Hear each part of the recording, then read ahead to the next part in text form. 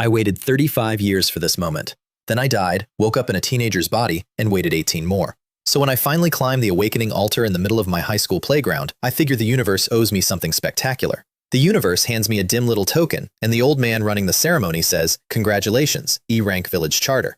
E-Rank, the bottom, the participation trophy of destiny.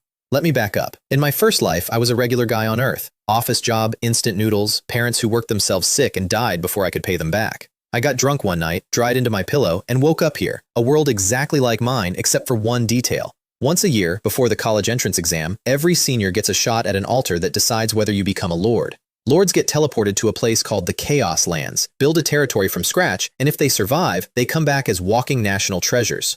Charters run from E to S. S rank means the country throws resources at you like confetti. E rank means the country quietly starts drafting your obituary. And I'm standing there with my E rank token while the whole school watches, thinking, I'm a transmigrator. I've read the novels. I'm supposed to be the chosen one. Where is my golden finger? Where is my grandpa in a ring? Where is literally anything? The old man pats my shoulder and says the Chaos Lands are full of opportunity. Then he turns away and I can physically feel him deleting me from his memory. My parents are waiting at the school gate. Dad, Chen Jianhong, construction worker, face like the concrete he pours. Mom, Wang Meiling, holding my hand like I'm 5. Dad lights a cigarette and asks if I'm still going. Because here's the thing, you can refuse. Take the token, take the 2 million yuan signing bonus, stay home, live a nice, quiet life. Official death rate for rookie lords, 30%. Actual death rate, according to my homeroom teacher who has buried half her graduates, 50. I'm going, I say, not because I'm brave, because in my last life I watched my parents die poor while I stood there being useless, and this life handed me a second try. I will fight the universe with my bare hands before I do useless again. On the walk home, our neighbor Li Hongyu is out emptying a sewage bucket, which is fitting because she immediately starts pouring. Her son got a C-rank charter. What did little Kai get? I tell her E. The joy on that woman's face could power a small city. She pretends to be worried. Oh dear, the death rate is so high, while smiling wide enough to store the whole bucket in there sideways. That night, I finally sit down and open my token panel. Territory, unnamed. Area, 198 square meters. My apartment is bigger. Villagers, 0. Aura, plus 2% to all villager stats, which is like saying your car comes with a free air freshener. And then I check my backpack, which should be empty for every rookie. Mine isn't. Inside sits one item, God-tier stockings. Stockings. The universe made me wait 2 lifetimes and my cheat code is legwear. Quality, unknown. Properties, 3 question marks. Note, evolved from a fragment of the Great Dao. Okay, hold on, the Great Dao. I've seen that phrase exactly once, in a restricted book in the school library that the teachers refused to talk about. Fragments of the fundamental code of the universe. And one of them apparently reincarnated as hosiery and crawled into my starter pack. I poke the stockings. Nothing. I poke my territory panel, and next to my pathetic 2% aura, there's a new button. Upgradable. I press it. The panel explodes into gold. Territory aura. Heavenly Dao blessing. Every resident of my territory gets plus 1,000 to all stats. Base human stat, 1. A fresh villager walks into my village at level nothing and instantly hits like a level 100 veteran. Every resident randomly learns a skill of A rank or higher. And heroes summoned in my territory skew high tier. I read it 3 times. Then I lie down on my bed and stare at the ceiling, grinning like an idiot. E rank charter. Lowest of the low. Carrying a shard of the universe's source code in a sock. Fine, universe. Apology accepted. The next day, I collect my 2 million. My teacher, Zhang Ying, tries one last time to talk me out of it. She's the real kind of teacher, the kind that calls your dad at night because she's worried. Then a man steps out of a portal in the assembly hall, looks at my E-rank token, and I watch him mentally file me under free rations for the monsters. He announces the rules. 30-day rookie period, no leaving, survive the daily beast waves, or die for real. Rich kids get to buy building blueprints to bring along. The rest of us get 2 default shacks and a prayer. At home, Dad hands me a folded paper. Blueprints for an arrow tower. Market price, 3 million yuan. We do not have 3 million yuan. We have my 2 million subsidy, and the rest my parents borrowed from every uncle and aunt in the family register. My mother smiles like it's nothing. My father smokes half a pack and says a man shouldn't live like a coward, which is the longest emotional speech I've ever heard from him. That's the weight I carry into the Chaos Lands at 10 p.m. that night. Not the token, the debt. If I die out there, my parents spend the rest of their lives paying interest on my tombstone. So I'm not going to die. Simple. The world blinks. My 6 senses shut off and reboot, and I'm standing on an empty plane under an alien sky. My village building token flashes and unpacks itself like cheap furniture. 1 construction hall, 1 recruitment hall, a fence you could trip over, 198 square meters of dirt. A mechanical voice welcomes me and cheerfully mentions that a beast wave will attack every single day, and if the crystal in my construction hall breaks, I die with it. I slap down Dad's arrow tower by the gate. 10 meters of loan shark funded wood and steel. You cost 3 million, I tell it. Act like it. Then I turn to the recruitment hall, and there it is again, that beautiful word, upgradable. The stockings flash, rainbow mist swallows the shack, and out of the mist rises a 20-meter pagoda-looking building with wind chimes, red lanterns, and a sign that says, House of Joy. I stare at it. It stares back. Everything about the architecture says one thing, and that thing is brothel. The description says, summons famous female heroes, 1 chaos spirit stone per pull, long cooldown between summons. Normal lords get taverns that summon random nobodies for 10 stones a pop, 99% trash rate. My Dao fragment looked at that system and said, no, gotcha, but only top-tier waifus. I feed it a stone before I can think too hard about what my ancestors would say. The wind chimes ring. Pink light floods my entire territory. An actual peony garden blooms out of thin air, and a woman in a phoenix robe walks out like she owns not just the building, but the concept of buildings. She bows in perfect Tang Dynasty court fashion. This humble servant, Wang Yu'er, greets your lordship. Wang Yu'er, the Wang Yu'er, one of the 4 great beauties of history, the concubine an emperor wrecked his dynasty over. Standing in my 198 square meters of dirt, next to my outhouse-adjacent fence, I check her panel and my brain makes a sound like a dropped plate. Quality, SSS. Stats, 1100 across the board with my aura's blessing. Skills, 1 that halves the attack of every male on the battlefield by making them too flustered to fight, 1 that debuffs entire armies, and an A rank called Song of Everlasting Regret that deals 800% spirit damage as a group attack. Through a pipa, she kills people with mournful poetry at 8 times lethal dosage. Rise, I say, with all the majesty of a man whose entire estate is smaller than a basketball court. She rises, gives me a look that liquefies my spine, and asks if something's wrong with her. Nope, nothing. All parameters excellent. Smooth, Chen Kai. Very lordly. I name the territory New Life Village. For both of us, honestly. We're both on our second run. And then I try to be a good host and offer her food, remembering too late that my village contains 0 kitchens, 0 food, and 1 very expensive tower. She smiles and says immortal adjacent beings photosynthesize chaos energy. Great. Wonderful. Meanwhile, I, a regular mortal, am going to starve to death in front of the prettiest woman in Chinese history. At dusk, the panel screams, first beast wave incoming. 12 tigers charge my fence. Big ones, striped, 3 eyes each, D rank. According to the textbook, an E rank rookie's first wave should be, at worst, a confused wild boar. Somebody clearly rebalanced my difficulty when they saw my aura. I climb the tower anyway and ask you air to crowd control while I try leveling up the old-fashioned way. Here's the thing about having a 1000-point strength stat. The war bow in my hands bends like a drinking straw. First arrow goes through a tiger's skull at a speed I can only describe as insulting. Second arrow, same. Then yours strums her people once. The entire tiger pack starts staggering around like it's closing time at a bar, and I calmly headshot all of them, one by one. It wasn't a battle. It was archery practice with extra steps. Then a wind blade comes screaming out of the tree line, 6 goblin mages, C rank, an actual ambush, and before I finish saying, look out, Yu'er plays the full version of her song. The ground within 100 meters simply leaves. Soil, goblins, my sense of scale, all airborne. I look at this woman, delicate as a painting, holding a smoking pipa over a crater. I like it here, I decide. The system chimes in with the after-action report. Rating, SSS. Rewards, 74 spirit stones, 3 building blueprints, and the quiet knowledge that my E-rank village just triple S'd its first exam. The blueprints from that first wave include a recruitment camp and a canteen. I slap them both down in my rapidly shrinking yard and hit the button that has become my entire personality. Upgrade. The recruitment camp, supposed to produce ordinary soldiers with a 60-point loyalty score and a mutiny risk, twists into a golden pagoda that would make any temple jealous. Shaolin Monk Tower. 1 spirit stone buys 10 warrior monks. I spend 10 stones and 100 bald 8-pack ab monks materialize in my yard, press their palms together in unison, and greet me with Amitabha, benefactor. I check 1 monk's panel, C rank base quality, 1000 plus in every stat courtesy of my aura, and each of them got a free A rank staff technique on arrival. 100 monks who each punch like a late game boss, and their only demands are a quiet place to meditate. They don't even eat. The tower has its own pocket dimension inside. It's the best HR deal in any universe. The canteen upgrades into the Chan Marshall Dining Hall, which produces 100 free meals a day, all vegetarian, because apparently my Dao fragment committed to the monastery theme. I take Yu'er inside and order lychee soup, because if you know one thing about Wang Yu'er from the poems, it's the lychees. She takes a sip, goes bright, then dim, then quietly recites the old line about riders galloping through the dust to bring her fruit. Right. The lychees are also how the whole empire learned to hate her. Past life's past, I say. This round, you eat lychees because I've got a canteen glitch, not because a dynasty is collapsing. Enjoy.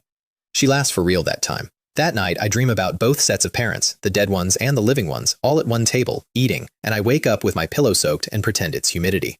Wave 2 arrives at 5:30 in the morning because monsters have no respect for sleep schedules. 35 spearmen with hawk eyes. The monks are so overleveled the fight looks like grown men clearing a bouncy castle. Rating SSS. New blueprints, farmland, a well, an outhouse, and, praise be, another arrow tower. And this is where my mornings settle into the greatest routine of my life. Every day the Chaos Lands sends a wave. Every wave dies embarrassingly. Every reward gets fed into the same button. Upgrade, upgrade, everybody upgrade. The farmland becomes nurturing soil, which auto-grows 100 servings of spirit rice a day. Yuan adopts it like a pet. The well becomes a spring whose water tastes like a spa day for your meridians. The outhouse, I am not joking, becomes a purification shrine that converts waste into spiritual fertilizer inside its own sealed barrier, which is the single most dignified thing to ever happen to a toilet. And Dad's 3 million yuan arrow tower evolves into an evil subduing arrow tower that auto-fires 100 tracking, armor-piercing, evil-slaying arrows per day, for free. I stand with my hands on my hips surveying all this and admit it out loud. Fine, I'm cheating. The spirit rice turns out to be the real cheat, though. Yuan eats a few dozen kilos of it, where it goes in that figure, science cannot explain, burps like a duchess, and levels up on the spot. So do the monks. Food that grants experience. The school taught us none of this, presumably because the school has never seen a farm blessed by the source code of reality. Day 4. The system sends 11 elite monsters, lava-jointed rock bruisers, level 5, the kind the textbook says rookies meet on day 15 if they're unlucky. My 2 upgraded towers delete all of them before they get within screaming distance. I stretch and complain that it's boring, which is the exact moment I should have known the universe was taking notes. Day 5. The universe responds. 80 wooden golems and 30 elite tyrants in one wave. By then I've cracked open the blacksmith blueprint, upgraded it into an earthfire forge, and used it to build ballistae. My aura then fused the ballistae with their own ammo into something called a mystic crossbow array, auto-targeting, 3 bolts every 5 seconds, smart loading, and a 10% chance to fire special rounds. I built 10 of them and lined the wall. The tyrants come in like 30 hairy bulldozers with wooden shields up. The crossbows go absolutely feral. Bolts punch through spirit wood armor like paper. The third shot on any target always crits, and half the elite squad gets disassembled into mulch in the opening seconds. It's not archery. It's an industrial accident with targeting software. The survivors close to 40 meters. The crossbows have a reload lag, the one flaw in my beautiful machine, and that's when Yuan asks, sweet as anything, if she can help. She hops onto the battlement with her pipa like a girl who found a new toy.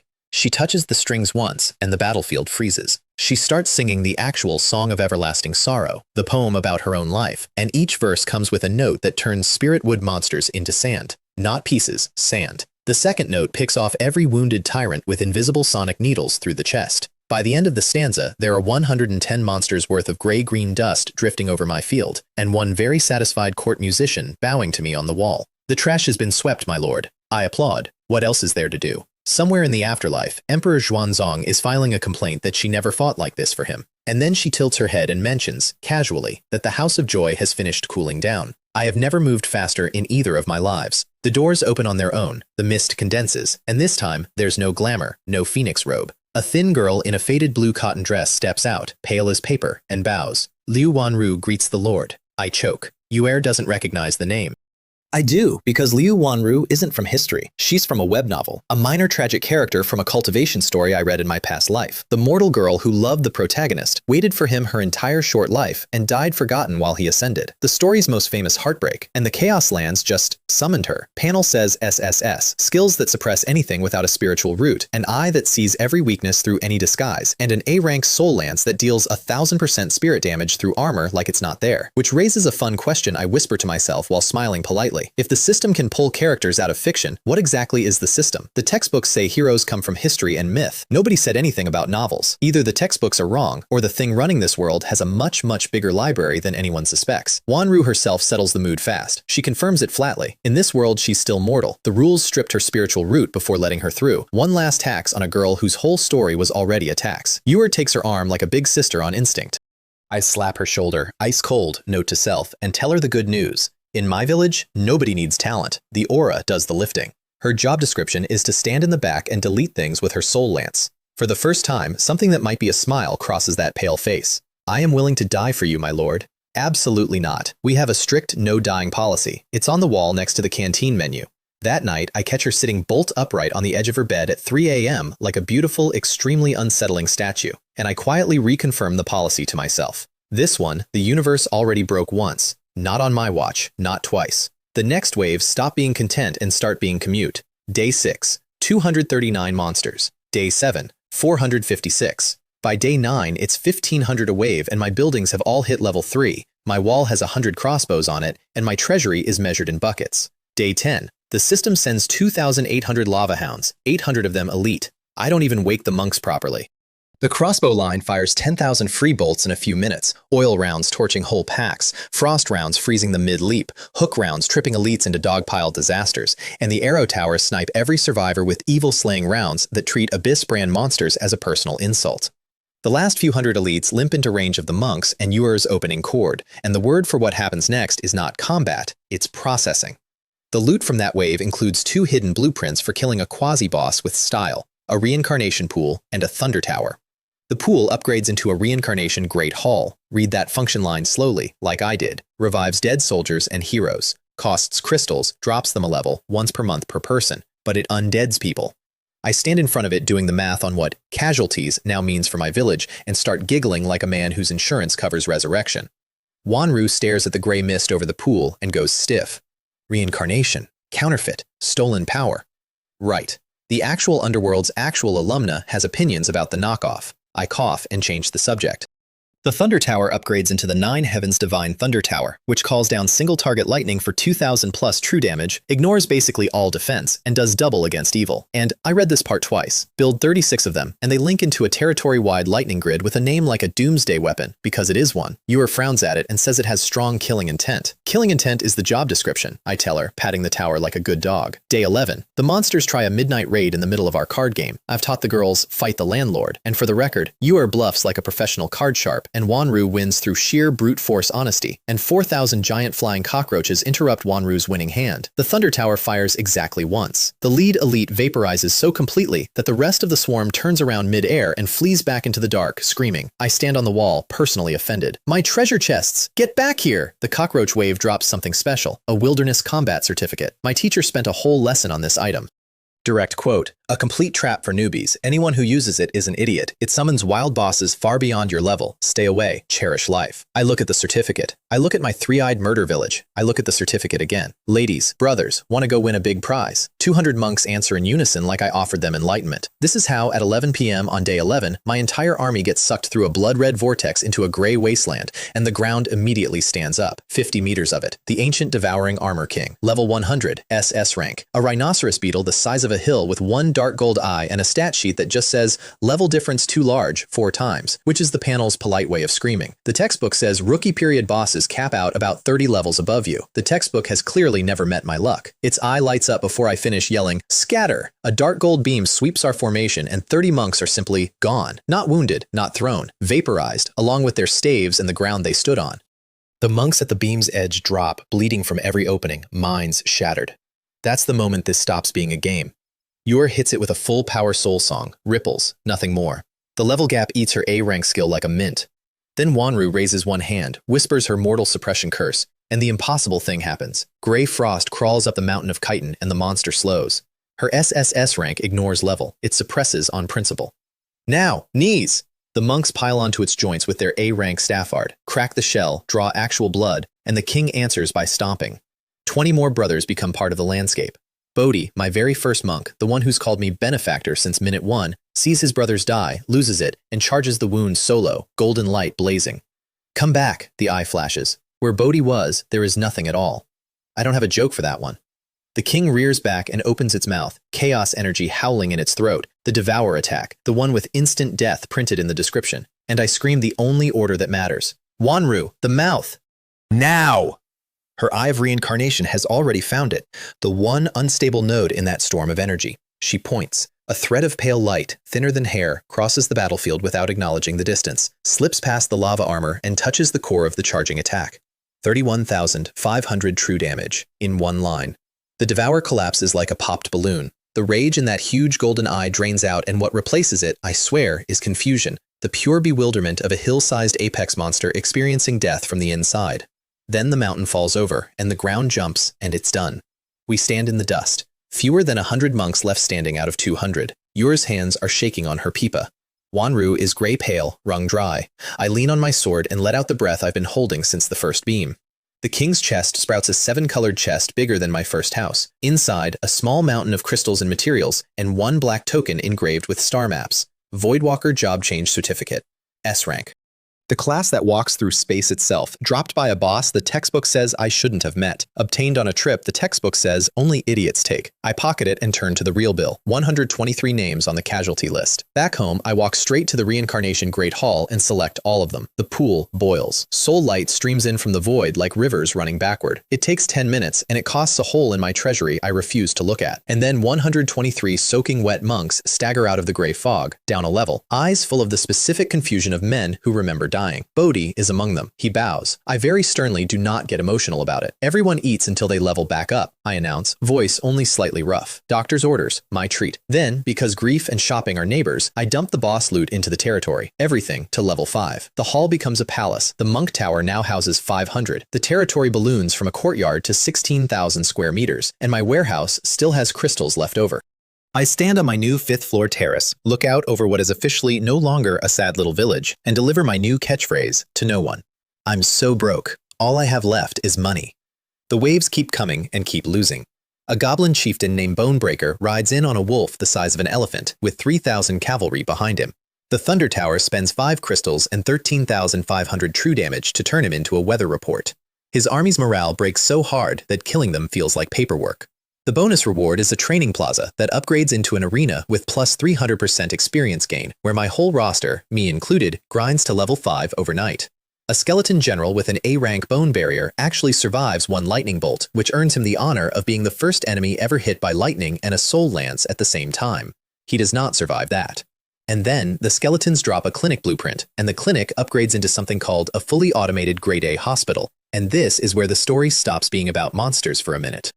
It's a silver-white sci-fi building with holographic scanners and nano repair pods run entirely by polite wooden robots. I drag the girls in for a checkup as a joke. My scan, healthy, mild fatigue, free calming potion. You're perfect, obviously. The machine practically blushes. Then Wanru steps on the scanner and the runes slow down. Status, fundamental damage. Spiritual root, stripped at the source by unknown yules, cannot regenerate naturally. Soul, carrying an erosion mark from the underworld itself, continuously draining her vitality and, the screen says this in clinical font, her capacity for emotion. The girl from the sad story, still being taxed by her own plot. Suggested treatment, a one-time elixir. Cost, 500 crystals. Synthesize it, I say before the puppet finishes the sentence. My lord, Wanru starts, staring at the words restore emotional capacity like they're written in a language she forgot. Doctor's talking. Shush. The elixir looks like someone bottled a nebula. She drinks it and silver light rolls through her, and I get to watch, in real time, ice melt off a person. Color floods her cheeks. Her eyes go from beautiful but vacant to just alive.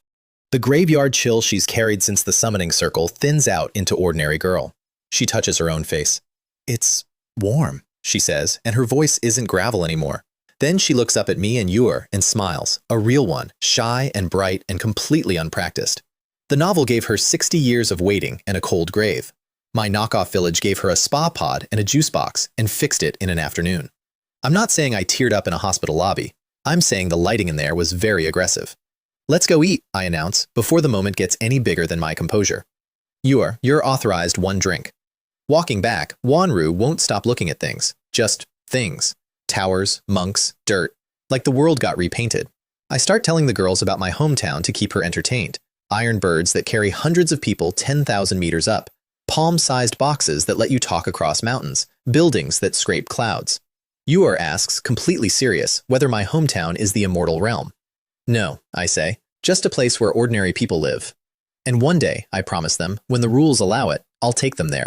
High-speed rail, phones, skyscrapers, the works. Wanru's eyes shine like I offered her the actual moon. Keep that promise in mind. It becomes relevant. The next morning, the alarm goes off mid-breakfast and I nearly choke on a spirit meat bun because the panel says, mechanical energy detected. I climb the wall still chewing and roll over the horizon come tanks. Tanks. 500 World War relic tanks and 200 modern main battle monsters with composite armor, all possessed by chaos, all pointed at my medieval fantasy village. The Chaos Lands has apparently run out of wolves and started raiding a military museum adamantium. My crossbow bolts ping off the elite armor like thrown gravel. The thunder tower cracks one open per strike. The arrow tower's evil slaying rounds slip through armor and detonate ammo racks from inside. But the survivors park at range and start shelling my wall with depleted uranium rounds, and my beautiful bedrock bulwark starts losing health like a phone battery in winter. So we countercharge tanks with kung fu. 300 monks pour out the gate, dodge machine gun fire on 1,000-point agility, and start field stripping armored vehicles by hand. A staff strike snaps a tread. Another bends a barrel into modern art. Yuer's sound waves scramble the fire control computers, and Wanru's soul lance finds every ammo rack through 40 centimeters of armor like it's playing Minesweeper with the answers key. When the last turret gets pried off by 3 monks with a lever, I survey the burning steel graveyard and file the complaint of a spoiled man. Fighting blacksmiths is so much more tiring than skeletons. The loot includes a city defense cannon blueprint that upgrades into a chaos particle accelerator cannon, 9,000 true damage a shot, extra 100% against machines and buildings, and a bulletproof vest that upgrades into adaptive nano armor with a self-recharging energy shield. I order 500 sets from the forge and mount the particle cannon over my gate in the most conspicuous spot possible. I name it the Hammer of Truth because subtlety has never once paid my bills. And then the House of Joy cools down again, and my priorities reorganize instantly. This pull comes out different. No perfume, no frost. The mist condenses into a tall woman in black dragon scale armor with a silver spear on her back, and the air in the hall gets heavier, like the room itself straightened its posture. This place. And you are the lord here? The panel loads and I stand up straighter without deciding to. Wu Zetian, the only woman who ever took the imperial throne and kept it. SSS. An aura that buffs every ally and shreds every enemy's stats in a 100-meter radius. A dragon spear skill with a kill confirm rider. A command buff called the King's Order that turns any ally into a temporary monster. Strength 1270. In my experience, panels brag. This one is underselling. She doesn't kneel, obviously. She interviews me. What is this place? What are the rules? Who are these two? And here's the fun part. She clocks Yuer as not the Wang Yuer of my era in one glance. And when Wanru's reincarnation eye brushes over her, I watch the Empress of Heaven suppress a shiver. Talent recognizes talent. Then she inspects my wall of cannons, pronounces it adequate grandeur, and asks where the training ground is. The next wave, 600 modern tanks plus 200 fighter planes, because the Chaos Lands arms dealer got a promotion. She takes command before I can open my mouth, and I let her because listening to Wu Zetian run a battle is like watching water find downhill. Particle cannon on the armor spearhead, thunder tower retasked to anti-air, arrow towers on threat priority, crossbows suppressing the flanks, monks held in reserve until the wall cracks, then released through the breach with a golden light command buff that doubles their attack and makes them immune to fear. Planes drop out of the sky like the world's most expensive confetti. The tank line dies in enfilade. When the smoke clears, she surveys the field, then me, and issues her review. You manage things adequately. Acceptable. I nearly cry. From this woman, acceptable is a parade in my honor. 3 waves later, after the anti-air blueprint upgrades into an arcane flak matrix that owns the entire sky, she upgrades me to some talent in resource allocation, and I mentally frame it and hang it on a wall. The following 2 weeks compress into a montage of the same joke at increasing volume. Bombers, missile carriers, siege giants, each wave bigger, each wave deader. My territory hits level 10 and gets promoted from village to town. Final census, 36 thunder towers, 12 flak matrices, 8 particle cannons, 1,000 crossbows, 60 arrow towers, 1,000 monks in nano armor, and 4 women who could each solo a small war. Somewhere out there, other rookies are proudly showing off their level 3 fences. Then comes day 30, graduation day, and the Chaos Lands, which has been quietly taking my SSS report cards personally for a month, submits its final exam. The horizon doesn't fill with monsters, it fills with banners, black banners with coiling dragons. Under them, 100,000 armored valley on undead horses, in formation, in step, the ground booming like a drum the size of the world. And out in front, drawn by 9 skeletal dragons, a war chariot carrying a man in a 12-tassel crown. The panel doesn't even pretend. Chaos replica, Qin Shi Huang, level 100, SSS, the first emperor of China, resurrected by the will of chaos specifically to fail me on my finals. He raises his sword and reads his own legend into the sky. I unified 6 kingdoms. I built the Great Wall. My oath is witnessed by heaven and earth, and I'll be honest, it's a strong opening. His cavalry answers with a war cry. Wind! Wind! Great wind! 100,000 voices, and my wall dust shivers off the stones. I look at Wu Zetian, Empress versus Emperor. Her knuckles are white on the spear, and her eyes are shining like this is the best birthday of both her lives. Your Majesty, the command is yours. Break him. What follows is 15 minutes I will describe at every dinner party for the rest of my life. 36 thunder towers link into the lightning grid and drop a storm that turns the vanguard into charcoal calligraphy. 12 flak matrices seal the sky. 8 particle cannons sweep scythes of blue light through the center, vaporizing cavalry by the column. 1,000 crossbows go to overdrive. The first emperor answers by summoning a phantom great wall. He brought a wall to my wall, and swinging a sword light the size of a river at my gate. Wu Zetian meets it in the air, spear against sword beam, and the shockwave cracks the sky.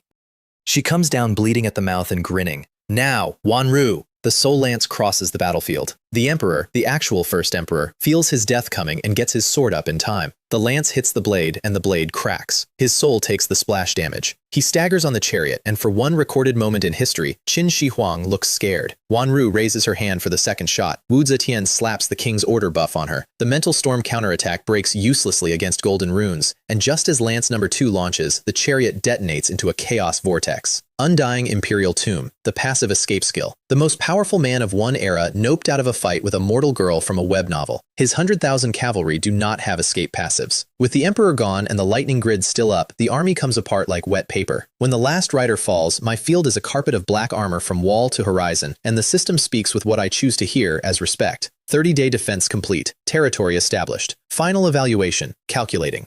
The girls gather on the wall, Wu Zetian bloodied and radiant, Yue wrung out, Wanru pale as her old self but with living eyes. And that's when I have to tell them the fine print. Graduates get pulled back to the real world, temporarily. The cooldown before I can return is measured in weeks. Wanru asks, very quietly, "You're leaving?" "Going home to run errands and grab souvenirs," I say. "This is home too now. I come back. That's the whole deal." Wu Zetian doesn't do sentiment, she does duty. With me here, nothing falls, which, from her, is a hug. The white light takes me, and the last thing I see is 3 women on a wall over a field of dead history, watching me go. The evaluation lands while I float in gray nothing. Territory development, resource efficiency, hero quality, combat record, special achievement, defeated an SSS rank boss. Final rating, and the voice actually pauses before this word, I swear. Mythical. 1,000 mythical points. And an invitation into a hidden shop between worlds where the shelves float in a galaxy, and the catalog reads like the confiscated items locker of heaven. Mythical hero scrolls. Territory auras. Immortal Artifact Lucky Box is at 10 points a pull, and at the very bottom, for 200 points, 3 question marks. Unknown Wonder. Description. Even this space cannot analyze it. I agonize like a man at a casino for 10 full minutes. Then I remember whose stockings got me here. Gamble it. The mystery box. The mystery box turns out to be a gray brick. Just a brick. Cool to the touch. Patterns like nothing. Radiating all the majesty of a construction site. I stare at my 200-point brick for a long moment, then shove it in the backpack next to the god-tier legwear, because if there's one thing my life has taught me, it's that the universe's best jokes have a delayed punchline. With the rest I buy sensibly. 2 space anchors that teleport me back to a saved location, an hourglass that bends local time, 40 Chaos Origin crystals, the hard currency of hard currencies, a Talent Awakening stone, and 10 Immortal Artifact boxes. 240 points stay in the account for a rainy day. Then the light spits me out onto my own lumpy living room sofa, in my own small house, at 3:10 in the afternoon, 30 days older and 1 small kingdom richer. Time to go back to school. The classroom is the first thing that reminds me this isn't a game. Class 7 held 50-some students a month ago. Fewer than 30 came back. The room smells like grief with a top note of survivor's guilt, and the whispers about who didn't make it die down the second I walk in. Because the E-rank guy walking in alive is, statistically, a ghost story. The class beauty who never once looked at me suddenly discovers my existence, opens her collar a centimeter, and offers me a chance. I've spent a month around Wang Yuer and Wu Zetian. Ma'am, you are plain instant noodles offering yourself to a man who lives inside a banquet. I decline with the enthusiasm of a man reading a parking ticket. Then the door bangs open and Guo Xiaojing stumbles in, dusty, ponytail wrecked, alive. The one classmate who ever treated me like a person, and her seat was empty long enough that I'd already started grieving. She flops down and rants about surviving her final wave with 1 spearman and a prayer, and honestly, it's the best news I've heard all day. Then the school hands us over to our new instructor, and the room's oxygen changes. She steps out of a spatial rift. Purple robes, purple eyes, barefoot, hovering a hand's width off the floor, speaking in the cadence of someone who learned Mandarin before it was called that. My name is Wang Xuan. For 1 month, I will teach you to build your foundation. She flash floods the classroom with purple chi, and everyone starts drowning in it, sweating, shaking, wrestling wild energy through their meridians. My Lord panel, meanwhile, pops up a quiet little window. Learnable technique detected. Analyze and master instantly? I click yes, master the entire foundation art in 1 second, and the chi that's bucking everyone else like an angry horse just walks into my body and lies down. Wang Xuan's eyes snap to me across the room. Half a second of eye contact, then she looks away, cool as ever. I put on my best, wow, cultivation sure is hard face, several minutes too late. Lesson 1 about the new teacher. She misses nothing. The foundation art comes with a gift, she explains. It awakens the human racial talent, return, a panic button that yanks you and your territory out of the chaos lands. This, it turns out, is the real reason survival rates jump after the rookie period. The entire species has been given a rage quit button. Limitations apply. High-level binding skills can jam it. Remember that too. That night, back home, I opened my presents. The 10 immortal artifact boxes deliver 10 actual immortal artifacts: a soul-shielding curtain, cloud-stepping teleport shoes, a sword, a shield, a gourd of fire, an immortal binding rope, the works. The full cultivation novel starter kit. I reach for the shoes, drooling slightly. Warning, this plane cannot support immortal artifacts. Usable at level 100+. 10 nuclear launch buttons, and I live in a city where nukes are illegal. I close the backpack with dignity and pretend I wasn't excited. The talent stone, though. The talent stone doesn't care about planes. I crush it, and something reaches down into the core of me, checks my paperwork, and stamps it. Mythical Lord talent acquired. Eye of Origin. Ability 1, Boundless Gate. Ignore the rules. Enter and leave my territory at will. No cooldowns, no cost, no distance limit. Rookie restrictions and spatial blockades politely excluded. Ability 2, copy one skill from any of my subordinates for a day. The system gave everyone else a fire escape. It gave me a revolving door between two worlds. I test it immediately, appear in the middle of my own great hall, and get to enjoy the rare sight of Wu Zetian visibly startled. The cooldown is a month, not for me. Yuer drops her herbs. Wanru smiles wide. I copy a monk's staff technique, twirl a staff like I've trained for a decade, take a bow, and head home for dinner. Except there's no dinner. It's past 8 and the house is dark, and my parents, construction workers who are always home by 7, aren't. I call Dad. He picks up on the last ring with a voice pressed flat, saying they're working overtime, while behind him some young punk's voice is yelling about people dawdling. My blood temperature drops about 40 degrees. Address, now. Behind Warehouse 7 at the steel market, under one dirty floodlight, I find them. My father with a split lip and hand-shaped bruises on his face. My mother, hair torn loose, crying, held by the arm by some yellow-haired lackey. A dozen thugs. And in front, poking my father's chest with one finger, a rich kid in designer everything. Zhou Yongle, of the Ice City Zhao family. The story assembles itself in a few ugly sentences. My fourth uncle gambled. He owes the Zhao family. So the Zhao family decided my parents would pay, with labor, at night, forever, with interest invented on the spot. And when my dad said his son was coming back from the Chaos Lands today, they laughed, because everyone knows E-ranks come back in an urn. One of the lackeys laughing loudest is He Guangming, my middle school deskmate, who once couldn't copy homework without help, now auditioning for the role of favorite dog. Your short-lived son is dead, Zhou Yongle tells my father, patting his cheek. Move the rebar, or your wife works it off, elsewhere. I step out of the dark. Oh, who told you I'm dead?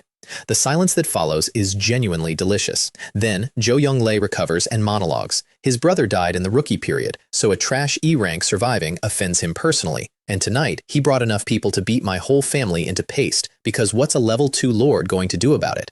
He's right about one thing. A normal level 2 lord is just a strong guy. I am not a normal anything. He slaps my father one more time to show me he can. I move my shoulder. That's all anyone sees, a shrug.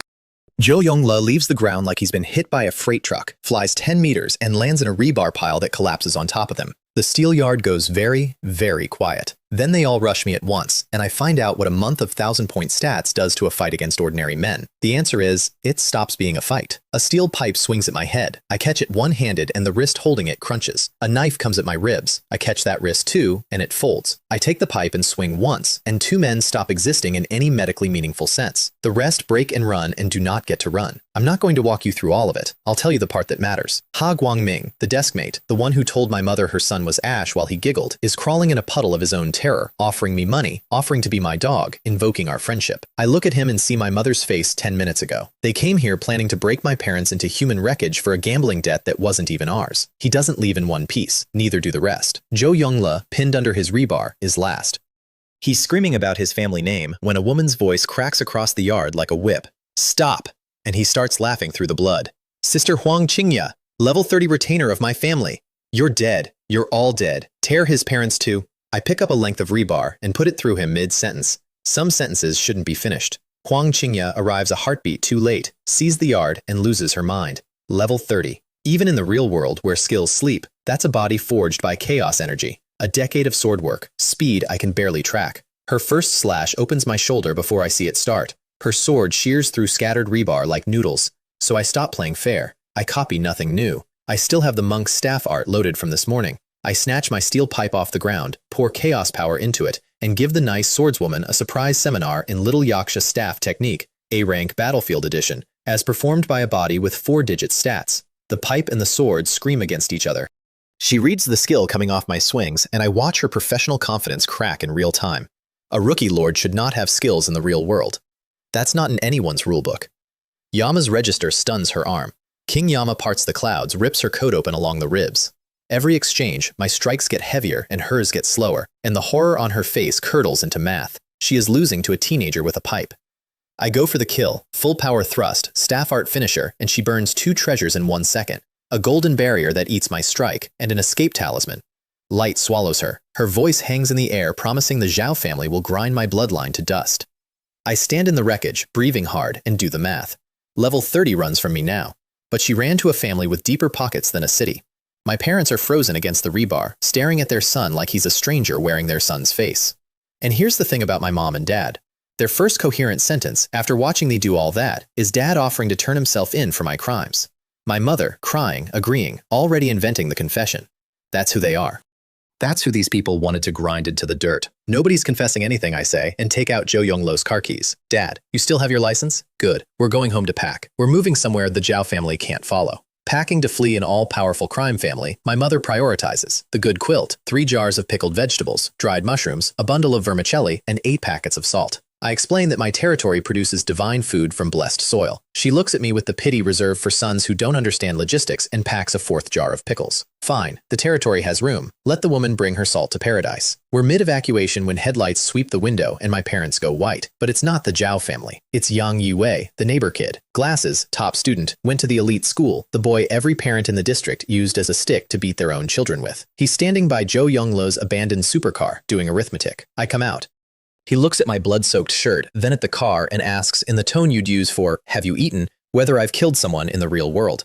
A few, I say, and this absolute madman's response is to offer, immediately and in detail, to torch the supercar with oil so the police find nothing, and to hurry me out of town while he handles the scene.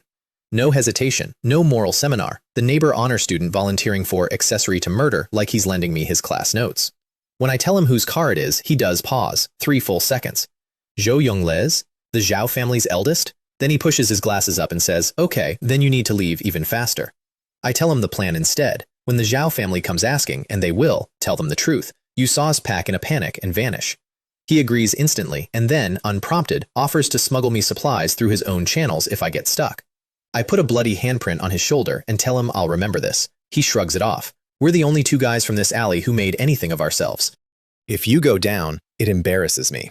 That night, I learned the neighbor I ignored for 10 years might be the single most reliable man in Ice City.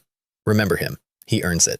Then I put a hand on each of my parents' shoulders, tell them to close their eyes, and take my family through the boundless gate. Watching your parents see your kingdom for the first time is a specific kind of drug. The wall of towers crackling with lightning. The 5-story palace. My mother pointing at everything with a trembling finger. My dad muttering, "This is nicer than the palaces on TV." Then the doors open, and 3 legendary beauties in full regalia bow to them in unison. Lord's father, Lord's mother, and my parents short-circuit completely. Mom clocks Yur as an opera performer, so pretty, and Wu Zetian as a relative of that empress on the historical drama, and Wu Zetian's eye twitches with the force of 1,000 years of protocol, but she lets it slide because it's Mom. Mom also, within 1 meal, decides Wanru is quiet, capable, pretty, and exactly the right age, and starts elbowing my father under the table with the subtlety of an earthquake. I pretend to be very interested in my soup. Then I frog march both parents into the hospital for a full scan over their protest that it's a waste of good machinery. Dad's readout, clogged arteries, blood pressure, ruined lumbar, 20 years of construction sites, itemized, 2 hours in a repair pod. Mom's readout stops my heart, early stage small cell lung cancer. In my first life, that diagnosis was a death sentence with a payment plan. In my first life, that's exactly the kind of line item that killed my parents while I stood around being poor. And she's been carrying it, saying nothing, packing pickles for her son's escape. 90 minutes in the pod. The tumor is simply gone. Bones reinforced, blood rebuilt, receipt printed. They come out glowing, breathing deep, marveling that nothing hurts. Dad keeps touching his own lower back like it's a new phone. And I stand there grinning while privately, somewhere behind my sternum, a 15-year-old knot finally unties. This is what the cheat was for. Not the cannons, this. Meanwhile, back in the real world, the Zhao family finds my empty house the same night. Black cars, black suits, a level 40 enforcer named Zhao Hui herding my terrified old neighbors into the courtyard, offering 10 million for information with one hand and disappearances with the other. Yang Yiwei delivers his lines perfectly. panicked family, big bags, unknown taxi, license plate unseen, and when Zhao Hui decides to drag him off for a longer chat anyway, the kid produces a sponsor's card from the Lin family, second-ranked family in the city. Zhao Hui laughs it off. A sponsorship isn't protection. So Yang Yiwei makes one phone call, and a girl's voice comes down the line with the weight of an anvil. Zhao Hui, Yang Yiwei is my boyfriend. Touch him and the Zhao family is declaring war on the Lin family. Have Zhao Dahong call me personally if he objects. Zhang Chao, the Lin family's precious daughter. The enforcer folds so fast he practically leaves a crease, apologizes twice, and evacuates his entire crew. The neighbors stand there gaping. Yang Yiwei lights a cigarette, looks at my dark windows, and murmurs the question of the season. Mingzi, what did you become in there? Buddy, I'm still finding out. The next morning, I'm back in the territory, playing with my 200-point brick, because it's been bothering me. Yuer can't read it. Wanru's reincarnation eye bounces off it. Wu Zetian studies it and offers the empirically imperial solution. You are a lord. Bleed on it. I bleed on it. The brick drinks, glows through every color that exists and several that don't, and melts, reshaping into a tiny red baby bib, embroidered with mystic clouds. 4 immortals and a lord stare at a bib in perfect silence. Then my panel dings, and the joke lands. Evolved fragment of the Great Dao detected. A second one. First the universe's source code cosplayed as stockings, now as infant underwear. Somewhere out there, the Great Dao is fragmenting exclusively into a laundry basket. But the punchline has a punchline. With 2 fragments resonating, my aura button lights up again. Upgradable. Heavenly Dao blessing becomes chaos blessing. All the old effects, the plus 1000 stats, the free A-rank skills, the loaded gacha, stay, and 2 new lines appear that quietly break the game across my knee. 1. Everyone in my territory earns 500% bonus combat experience, and experience alone can now level us. 2. Rule break. Hero and soldier levels are no longer capped by my level. My level is no longer capped by my building tier. Every ceiling in the system removed in one line of patch notes. My whole army just became infinitely scalable, and all it cost was a brick and a drop of blood. Our territory, I inform the girls, with the gravity the moment deserves, is about to take off. The Zhao family, having failed at kidnapping and intimidation, switches to their true specialty, paperwork. I apply for a dorm room at school because the campus is technically protected ground. My teacher Zhang Ying approves it on the spot. That night, her own family calls her. The Zhao family has offered the Guo clan a B-rank job change certificate to get me expelled from housing. Her sister, a core lord of the family, explains sweetly that one ordinary student isn't worth a strategic resource. Zhang Ying tells her family where to put their certificate. The next morning, the school announces she's on medical leave, and by evening, a director with sweat on his lip is at my dorm door, informing me that Lord students may no longer occupy ordinary housing resources. I pack my one bag without argument, which visibly unsettles him. Halfway out the school gate, chains. Invisible, everywhere, crushing. Void chains, a rule-grade binding scroll, the exact counter to the return talent, deployed on a public street. Zhao Hui strolls out of the dark with 17 goons and a speech about dead dogs. Around us, civilians are filming on their phones, because the Zhao family has decided witnesses are for people who face consequences. I check my panel, mostly out of curiosity. The chains are jamming return, as designed. My boundless gate, the mythical tier talent that ignores rules on principle, is glowing green and bored. I could leave whenever I want, but I want to see where this goes, and where it goes is wonderful. The sky drops on Zhao Hui, not literally, a pressure field. Every Zhao family man hits the pavement face first, and Wang Xuan descends into the streetlight in her pale robes like the concept of consequences given form. Her voice hits the whole street at once. Using void chains on her registered student, in public, in front of mortals, does the Zhao family plan to explain that to the Chaos Covenant, or shall she file the report herself? Zhao Hui recognizes her and starts apologizing in a register only dogs can hear. She says one word, out, and 18 men achieve enlightenment and vanish. Then she turns to me, says, you, go, and leaves, all cool distance. But she follows me, invisibly, to see what a cornered E-rank does next. Teacher's homework never ends, and I know she's following, so at the first camera-free alley, I give her a graduation performance. I open the boundless gate and step out of the world in front of her senses. No scroll, no incantation. Rookie cooldown still officially active. I'm told, later, much later, that Wang Xuan stood in that empty alley for a while. The next day I make her an offer, because Wu Zetian spent the previous evening giving me a masterclass in realpolitik. The Zhao family will keep coming, so I need a roof, and roofs are bought, not begged. The strongest ally you can reach, the Empress said, is that purple-robed teacher. Don't grovel. Trade. So after class, I ask Wang Xuan a simple question. What would it be worth to her if someone handed her an S-rank job change certificate? The pressure that comes off her nearly folds my chair. An 80-level lord who spent decades refusing to job change because nothing was worthy of her, and I put the Voidwalker certificate on the table, the space element class, dropped by a beetle god in a wasteland, mine by way of the worst field trip ever. Her hands actually tremble when she takes it. The deal writes itself. Her protection, formalized, public. My enrollment in something she calls the deity's training class, under the personal aegis of a pillar of the nation, the beings that hold up Great Shah's sky. The Zhao family's entire weight, checkmated by one scroll I was never going to use.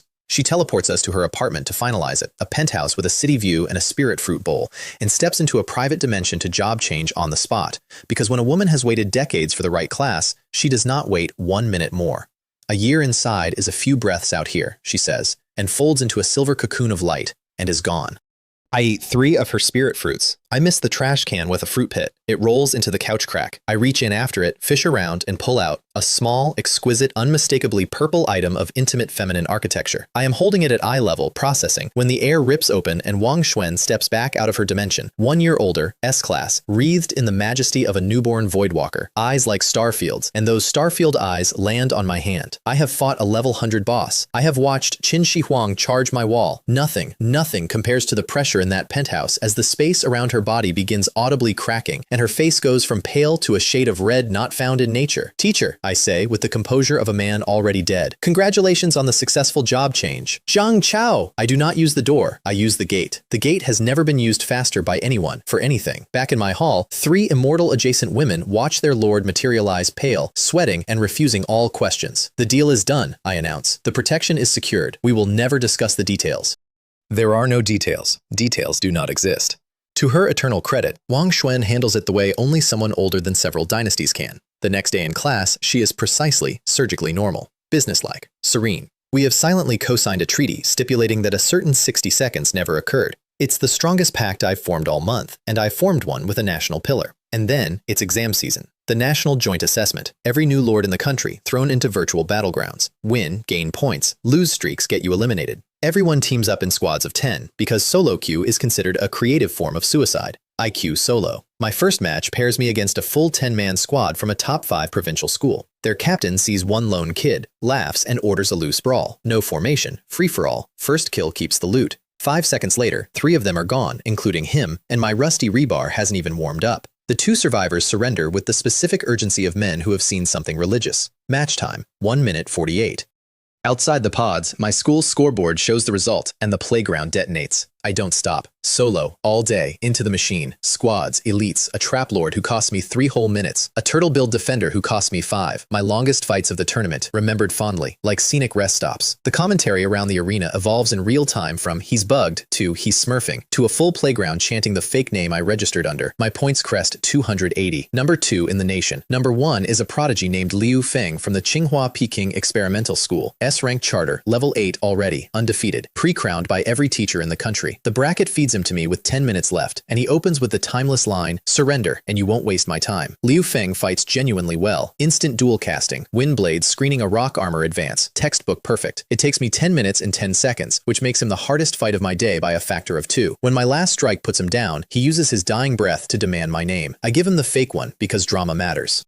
Final score, 287. First in the nation. An E-rank charter on top of the country, solo. The fallout is immediate and hilarious. My principal, who I've seen once in 3 years, materializes with a fruit basket smile and an offer from his family. Declined. On the drive home, the news anchors are already hyperventilating, and in rooms I won't see for months, a general circles my name and says the Dragon's Nest wants blades like this. A Shanghai conglomerate authorizes a 10-year blank check. A cardinal in Europe orders contact. An island nation orders surveillance and recruitment if possible. A grandmother in the capital, whose granddaughter will shortly have a very bad day on another planet, commits my face to memory. And in a beach chair on Hainan, my exiled teacher Jiang Shuying gets a call from her groveling family. The same family that sold me for a certificate, now desperate for an introduction. She laughs for a solid minute and hangs up on them mid-sentence. Some report cards you frame, some you weaponize. Home in the territory, the gotcha house finishes cooling, and this time the mist comes out cold and sharp enough to shave with.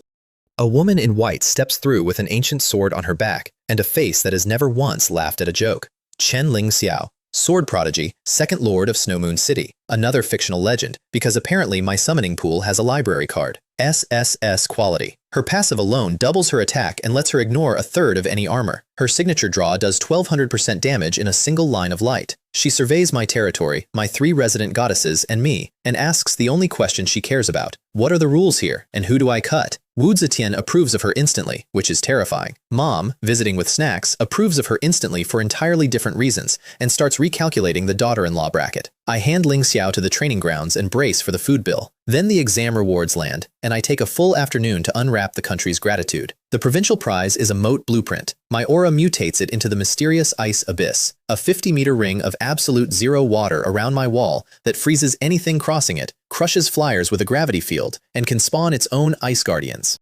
Who needs a fence when you can have a moat with opinions? The Champion's bonus is an epic armor set that mutates into the Asura Blood Prison set. No level requirement, triple stat defense, lifesteal on every kill, and a built-in cheat death that triggers below 10% health. I order 2,000 sets from the forge like I'm buying team jerseys.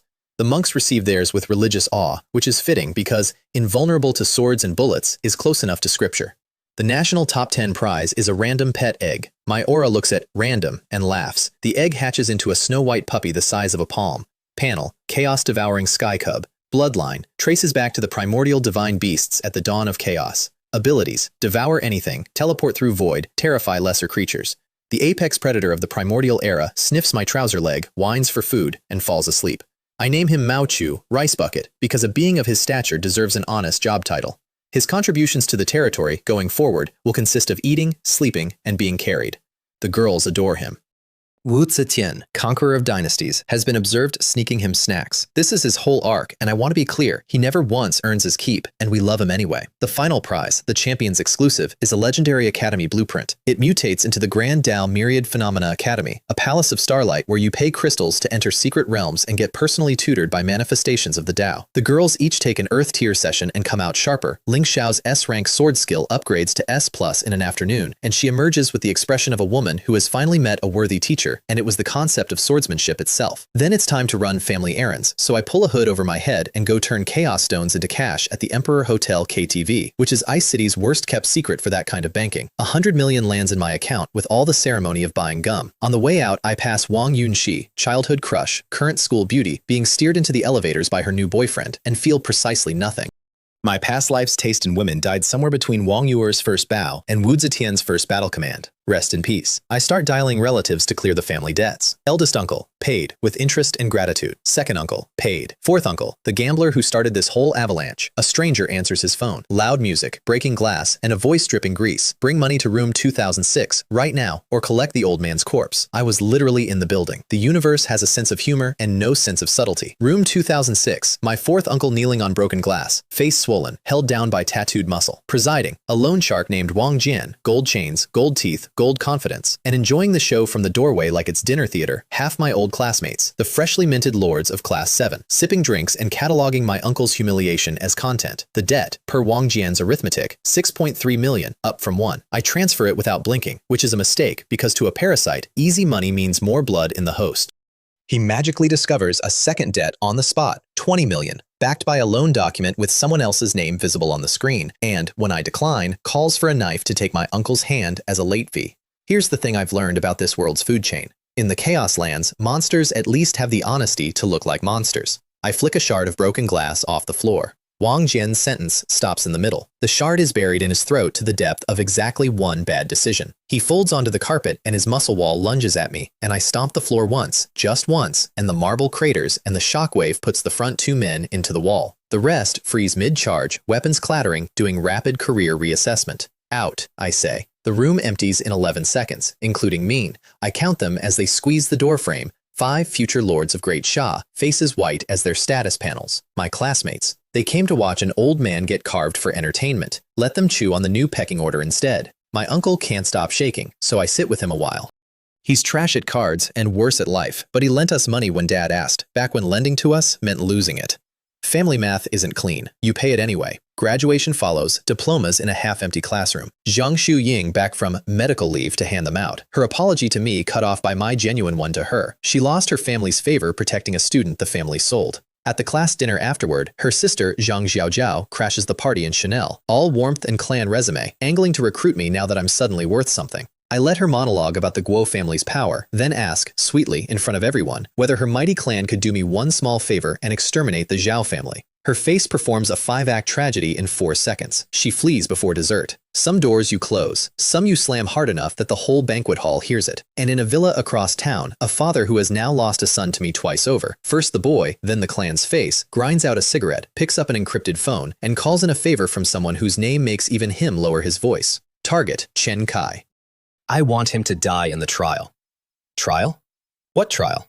Funny you should ask. Before the trial, though, the Chaos Lands gives me a history lesson I didn't sign up for. Out exploring with the girls and 1,000 monks, mounted by now on void-jumping shadow spiders I bred from a captured lair blueprint because my cavalry teleports, we find the ruins of a dead city. Not monster dead, civilization dead. Crystal spires ground to powder, and in the middle, one building foundation still glowing after who knows how many eons. I touch it, and it downloads a funeral into my head. The city of Achilles. 1,000 crystal towers, spider riders in silver armor, a whole species mid-golden age, and then the sky tears open, and an insect tide the color of sewage swallows the horizon. I watch their towers fall. I watch their queen mother hang in the clouds, indifferent as weather. I watch the last city lord stand on his last tower and detonate his civilization's power core with a phrase the panel translates as, "In the name of Achilles, perish." Then the ruins make me an offer. Relive their final hour. Defend the core until the detonation. Succeed and inherit what's left.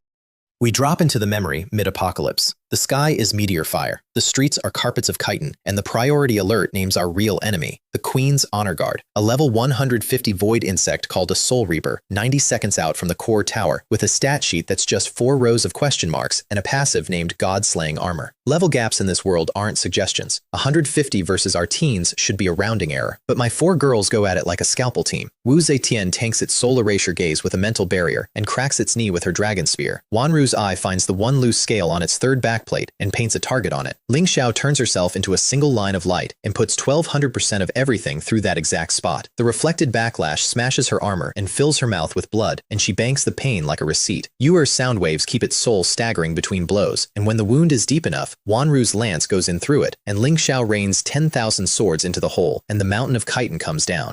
Around us, my monks are holding the wall against the tide, and this fight they can't cheese. 258 names go down before the City Lord's ghost finishes charging his last light, and when it fires, it unmakes the entire insect ocean, hurls the Queen Shadow burning over the horizon, and takes him with it. Illusion or not, we all bow. The inheritance turns out to be 2 gifts. The spider lair blueprint completes into a void weaver nest, my teleporting cavalry, now officially infinite. And a wisp of purple light sinks into my palm carrying a dead civilization's crown jewel, Mind Flow, the enchantment art of soul-linked communication. I flick marks onto the girl's armor and every monk's staff, and just like that, my army has encrypted telepathy with unlimited range, a radio network, inherited from ghosts. I also inherit the memory of that queen silhouette against the burning clouds, filed under things that exist somewhere above some world, maybe mine. Back home, expansion season opens. A Frogman Lord's swamp fortress a few ridges over gets introduced to my 10 new siege rams at dawn. The wall lasts 4 seconds, and the entire campaign ends with a stat line I frame in my heart. Enemies eliminated, 10,000 plus. Our losses, 0. The loot includes an exchange blueprint that mutates into a dimension black market, a shop counter plugged into the commerce of infinite worlds, no fees, with a search engine. First search, ordinary people, improvement, foundation. First purchase, 2 meridian opening pills. I feed them to my parents with their evening tea. Light rises off them both. The panel chimes twice. New units detected. Hero template activated. Chen Jianhong, Wang Mei Ling. My parents are heroes now. E rank, no skills, lowest tier on the books, for about 9 seconds, which is how long it takes my aura to hand them each a free A rank. Dad awakens fertile soil, an aura that upgrades any land around him into spirit farmland. Mom awakens serene melody, an aura of calm that shields minds around her. The construction worker and the seamstress, drafted by heaven as a farm god and a lullaby saint. Dad stands taller. Mom's gray hairs darken at the roots. They spend the evening giggling at their own stat panels, and I spend it pretending my eyes itch. Around then, Wang Xuan forwards me a call from the capital. The voice on the line is Old Granite, Dragon War, custodian of something called the Dragon Nest Plan. The pitch is short. Dragons are real, sleeping in the hidden mountains of Earth. The nation recruits its best to bond with them. Membership costs 1 promise. If the day comes that Blue Star is invaded, you fight. The Achilles Queen's silhouette flickers behind my eyes. To the best of my ability, and provided it doesn't require dying pointlessly, I'll fight. Good enough, says the old man, and a contract signs itself into my soul. Reach level 50, come to the capital, pick a dragon. Somewhere across town, Zhang Chao Wei reads the classified notice and tells Yang Yi Wei their neighborhood produced an actual dragon rider, and Yang Yi Wei, accessory to murder, first class, just grins. Last errand before the trial. The black market coughs up a rubbing of a foundational scripture, the 9 Revolutions Primordial Canon, price 1 origin crystal. Description promising it works even in spiritless, law-locked planes, meaning Earth. I feed it and my 2 starter skills into the Academy's deduction engine. The Dao itself spends 10 breaths refactoring my kit. Stone armor and wood spikes merge and upgrade into a B-rank shield of living rock and a B-rank vine burst that converts damage to true damage against anything poisoned or bound. Usable at home. Tested in my bedroom. My bedroom needs repairs. Then the summons arrives. Report to the deity's training class. Trial imminent. I fly commercial, which turns out to be its own boss fight. First class contains my childhood crush and her new fiancé, who loudly congratulates me on the dragon nest to make me a spectacle. A cabin full of executives who all want my contact information, and a masked girl who turns out to be Lin Xingyu, the top actress in the country, secretly photographing my profile for her celebrity group chat. The photo leaks exactly 1 node too far into the feed of a Zhao family cousin, and by the time we land, Zhao Dehong knows my flight number. The landing itself is cinema. 1,000 screaming fans mob the airport for Lin Xingyu, crush the barriers, ignore the police, until a special forces squad marches in, fires 3 rounds into the ceiling, and carves a corridor through the crowd. Their colonel walks the corridor, stops in front of me, and salutes. "Mr. Chen Kai, deity's training class escort detail, please come with us." The entire airport goes silent. The actress drops her phone. My crush's fiancé makes a sound like a deflating tire. And I walk out between soldiers into an armored convoy thinking I could get used to a world with functioning customer service. The deity's training class turns out to be a sci-fi city hidden behind mountain checkpoints, energy-shielded towers, replica chaos buildings, and a leaderboard skyscraper streaming the names of every elite young lord on the planet. My dorm room is a presidential suite with a robot butler that delivers Chaos Land's takeout. The floor is monster fur. The nation, it turns out, tips well. 561 geniuses from around the world assemble in the hall, and the instructor teleports in without a door. General Li Wei, a man whose resting pressure makes the room's air apply for a transfer. The trial briefing is short and unhinged. Our minds will be projected across the stars into the bodies of natives on a real alien world. The one-eyed barbarian star, a planet of 3-meter Cyclops tribesmen and Lord-grade megafauna. Land with nothing. Build a territory. Survive 7 days. Die there. Get ejected and eliminated. Rankings determine your future resources. The peanut gallery immediately starts on me. E-rank charter, primitive planet, no resources, the top score is about to be exposed, provincial embarrassment incoming. I'd be offended if I weren't busy having an actual concern. My trump cards live in my backpack, and who knows what crosses the link. The portal swallows us. I wake up in the body of a one-eyed child. A child, barely a meter tall, in a tribe of 3-meter adults, in a hut that smells like wet dog and regret. The universe looked at 561 geniuses and decided I specifically should do this run in toddler mode. Fine.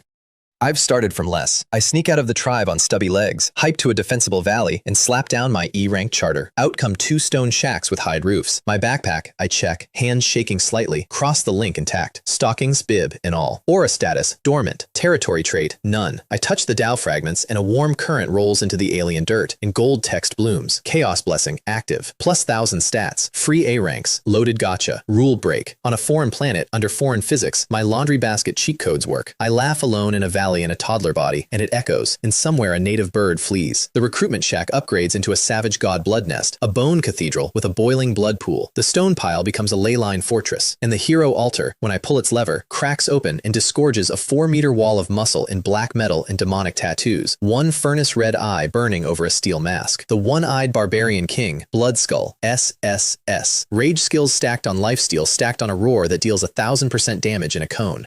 He takes 1 look at Tiny Me, feels the contract, and kneels with a sound like a car crash. Servant of Chaos, summoned. Command me, my lord. My first command is housekeeping. The tribe I borrowed this body from will notice their kid went missing near a brand new fortress. Loose thread. That village over the ridge. Erase it. I watch through the link as my new employee handles onboarding. The Stone-Tooth tribe's champion is level 20. Blood Skull catches his greatest hammer swing with 1 hand, crushes the hammer, and then the champion, and then the concept of resistance. 10 minutes, 127 kills, 0 philosophical hesitation. I level up twice from the overflow and make a note that my hiring standards are excellent and my morals are on a work trip. By nightfall, the blood pool is mass-producing 3-meter savage blood warriors, B-rank base, A-rank skills gratis, 1,000-point stats, born angry, and my scouts come back with a map. A large tribe 70 kilometers northwest called Iron Rock, 10,000 strong, a chieftain at level 76, and a totem that summons a level 110 stone guardian. We do that one at dawn.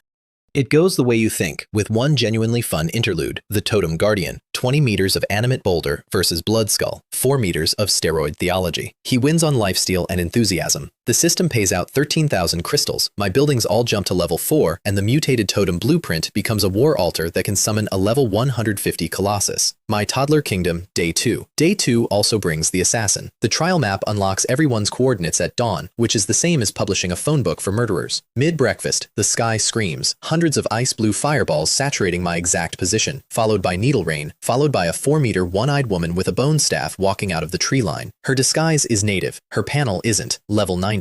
A blue star Great Lord snuck into a rookie trial in a stolen body, opening on me with pre-aimed artillery. You don't send a level 90 to kill a rookie for free, somebody paid. I have a short list and it has one surname on it.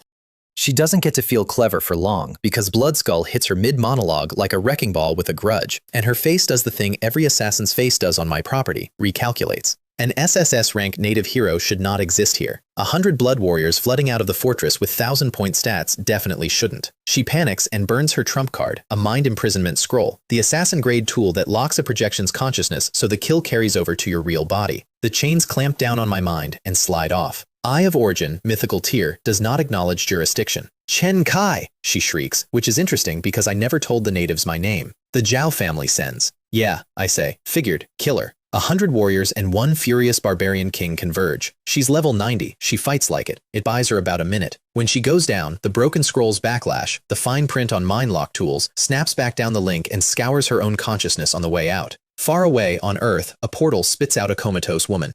The training camp medics identify her, and the name detonates upward through every chain of command. Jiang Lan Yue. Core daughter of the Jing family, not a Zhao attack dog after all, a Pillar clan's own blood, moonlighting as a hired blade to repay Zhao Dahong a favor. Within the hour, her grandmother, Zhang Manhua, is standing over the body demanding the trial be shut down and the culprit delivered. A young man in moon-white robes, Wu Zhaoxuan, the training camp's sponsor prince, talks her down with a smile and one sentence about what her clan was doing in his facility. The camp files it as cause unknown. Wu Zhaoxuan privately orders, don't investigate the newcomer who did this, treat him well. The grandmother files it differently. She files it under my face. Me, I spend the rest of the trial doing honest imperial business. 2 more large tribes make the mistake of fighting each other to exhaustion within scouting range. We accept both their surrenders posthumously. Day 4, the planet's actual owners come to complain. 3 8-armed war machines drop out of the sky at Mach speeds, levels 149 through 151, weapons on every limb. Not native.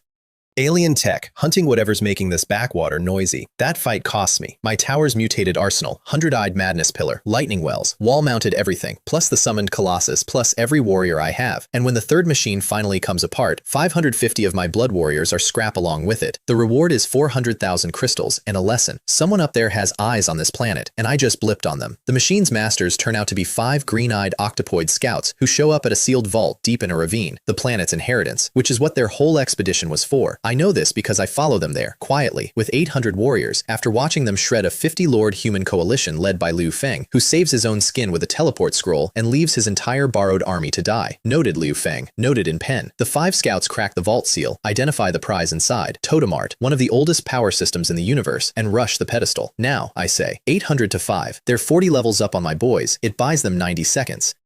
Then I put my hand on the pedestal, and a dead civilization's entire shamanic tradition. Blood, bone, spirit binding, the compression of a slain beast's soul into a drawn totem you can summon forever, carves itself into me like a brand. On the last day, I gather my army, transfer the whole territory's ownership to Blood Skull, and tell him to drop the Loyal Retainer Act. I've seen the ambition banking in that furnace eye for a week. He freezes. I shrug. Rule it. Guard my mountain. I'll be back eventually. What I don't mention is that Chaos Blessing leaves with me, and his SSS panel deflates to factory settings at midnight. Consider it a management course. Final trial ranking, 3rd of 561. First and second place farmed crystals like accountants. I merely conquered a continent, killed a great lord, and stole a civilization's magic system. The judges have their criteria. I have a new toy that turns everything I kill into a collectible summon. We're all going to be fine with 3rd. Back in the Chaos Lands, Wu Zetian has been busy while I toured the galaxy. Her scouts found something 10,000 li north of us, a city.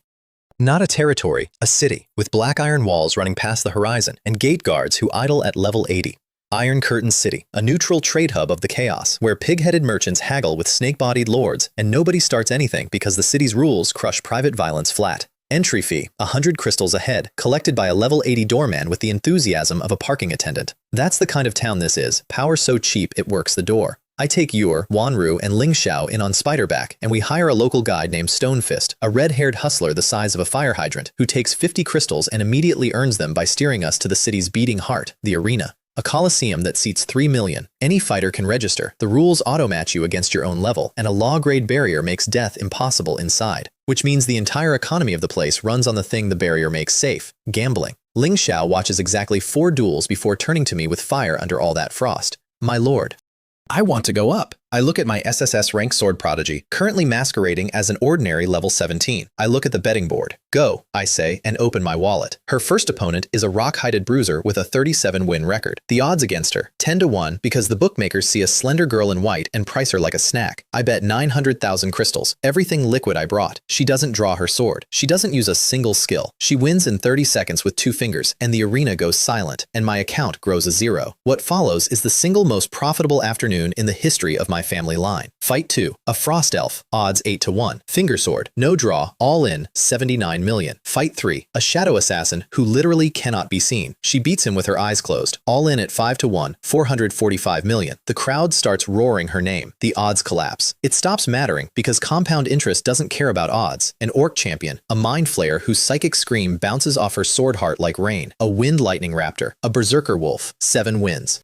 23 billion. Fight 8. They finally send someone who forces her sword out of its sheath, a mirage caster with 50 perfect clones. And Fight 9 is a rules horror covered in law-inscribed vines that slow, weaken, and gravity crush her all at once. For the first time all day, she's in actual danger, chains closing in. And then she draws properly, and one sword startles the swan. Goose cuts the arena in half lengthwise, and the vine things core with it. 9 straight. The house is down 221 billion crystals to one anonymous box seat, and Stonefist, who put in his life savings of 100,000 on Fight 6, is weeping into his beard about his 200,000 like a man holding a newborn. Then the board updates for Fight 10, and my gambler's blood goes cold mid-celebration. Opponent, unlisted name. Race, Chaos Divine Beast, temporary humanoid form. Odds on Ling Xiao, 1,000 to 1. 1,000 to 1 is not an odds line. It's a warning label with extra steps. Every instinct that kept me alive through 30 beast waves says the house doesn't offer you 1,000 to 1 gift. It offers you a wood chipper with a bow on it. I close the betting panel. 200 billion stays in my pocket. Ling Xiao fights anyway. Of course she does. She'd fight the concept of winter if it looked at her sword funny. The thing across the arena flows between shapes like smoke, deciding what to be. Ling Xiao opens with everything. Full sword heart state, guaranteed crits, her signature draw at maximum, an attack that has one-shot everything on this continent. The Chaos Beast raises one lava slow finger and touches the sword light. Pop, like a soap bubble. And then Ling Xiao is just off. All of it. Strength, speed, sword intent, sensation, stripped in a single touch, and the darkness takes her before she understands she's falling. The arena barrier catches her and deposits her back in our box, white as her robes, shaking, eyes blank in a way I haven't seen since Wanru's bad old days. I don't even know how I lost, she whispers. That, from her, is a scream. Around the arena, several thousand gamblers who rode her streak and let it ride learn about wood chippers. Stonefist clutches his winnings and swears off betting forever, which lasts, by my estimate, a week. I put a hand on her shoulder. That was a divine beast. Same weight class as our dog. The girls all pause and, in perfect unison, picture Mao Chu, currently at home, asleep in a flower bed, having achieved nothing today, occupying the same cosmic tier as the finger that just deleted Ling Xiao. It helps. It's impossible to stay traumatized about a category that includes rice bucket. Now, I have 221 billion crystals and a city built entirely out of things for sale. Stonefist, sensing the greatest commission of his lifetime, walks us into the Myriad Realms auction house, where the receptionist scans my card balance, loses her professional smile completely, and bows us into a VIP box at 90 degrees. The auction happens in a shared mind space where every bidder is an anonymous blur, old money doesn't show its face, and the catalog is criminal. I buy 10 small world rings, each holding a pocket dimension with frozen time. I hand them out to the girls like party favors. I buy longevity peaches, 300 years a bite. Youth-fixing elixirs. Marrow-cleansing spirit water by the case. A charm gem for professional reasons. And then the auctioneer, a silver AI construct named Xuanji, lifts the finale, and the whole mind space inhales at once. A job change certificate, legendary tier, class, sword immortal. Beside me, Chen Ling Xiao's projection flickers like a candle in wind. This is the class, not a class, the one her whole fictional life pointed at, the road to actual immortality through the sword. An hour ago, something erased her with one finger. Now the exact shape of the power that could answer that finger is rotating on a velvet cushion. The bidding opens at 50 billion and climbs like a missile. 60, 70, 90. My 221 billion starts looking mortal. Ling Xiao's voice comes through the link, small in a way I hate.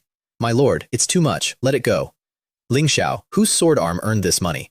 Silence. Then it's your money, we're just moving it from one pocket to the other. At 116 billion, the room goes quiet, and the gavel falls, and I put the scroll in her hands. Her projection can't hold its shape, the cool, untouchable sword immortal of Snow Moon City, shimmering like static because her boss bought her a future.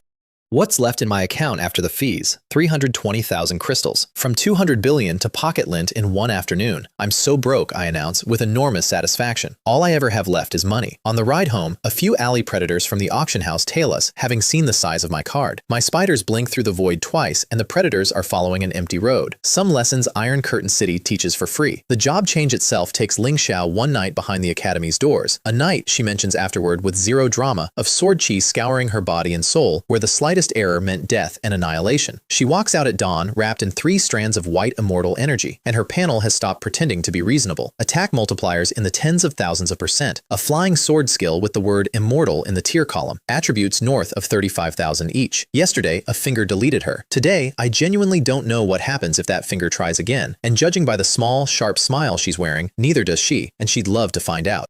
The auction souvenirs get distributed at home like New Year gifts. The girls each take a youth-fixing elixir, cosmically unnecessary since heroes age like wine anyway. But no woman in any realm has ever turned one down, and the room's collective glow rises a tax bracket. Then I sit my parents down and hand them each a peach. Fruit from the Queen Mother's garden, 300 years of life per bite. Eat. Dad's hand shakes so hard he nearly drops 3 centuries on the floor. Mom asks if I'm being scammed. They eat, and I get to watch time run backward. Gray hair floods black from the roots. 20 years of construction site stoop unbends vertebra by vertebra. Wrinkles smooth, spots fade, and inside 2 minutes the couple in front of me looks younger than their own wedding photo. My mother touches her face and starts crying. My father flexes his hands, laughs, and immediately begins scheming about which relatives to visit first, because what is the point of immortality if your cousins don't have to cope with it? I eat one too, quality control, and the panel informs me my aptitude has upgraded, plus 100 to every stat on every future level. The purge that follows leaves a layer of black sludge on my skin and a bathtub I have to burn, and I emerge from the marrow-cleansing spirit water soak with a face that is, objectively, a problem. I hang the charm gem around my neck on top of it, out of pure scientific curiosity about what too much looks like. The answer arrives at the training camp, courtesy of Liu Feng. Yes, that Liu Feng, exam rival, trial deserter. The camp made us classmates, and he attached himself to me with the loyalty of a golden retriever that once lost a fight to you. He takes one look at my new face and clutches his chest. What did you take? What skincare? Chen Kai. I am a straight man, and my heart skipped. This is a hate crime. Beside him is the trial's number 1, Ling Wen, a tiny girl from a hidden clan with old eyes, who examines me like an appraiser finding a fake that's somehow worth more than the original. The 3 of us end up in the camp's simulation pods, playing what I can only describe as a 5 versus 5 lane-pushing battle arena, which the military built as tactical training, and every genius in the camp treats as a ranked ladder. Listen.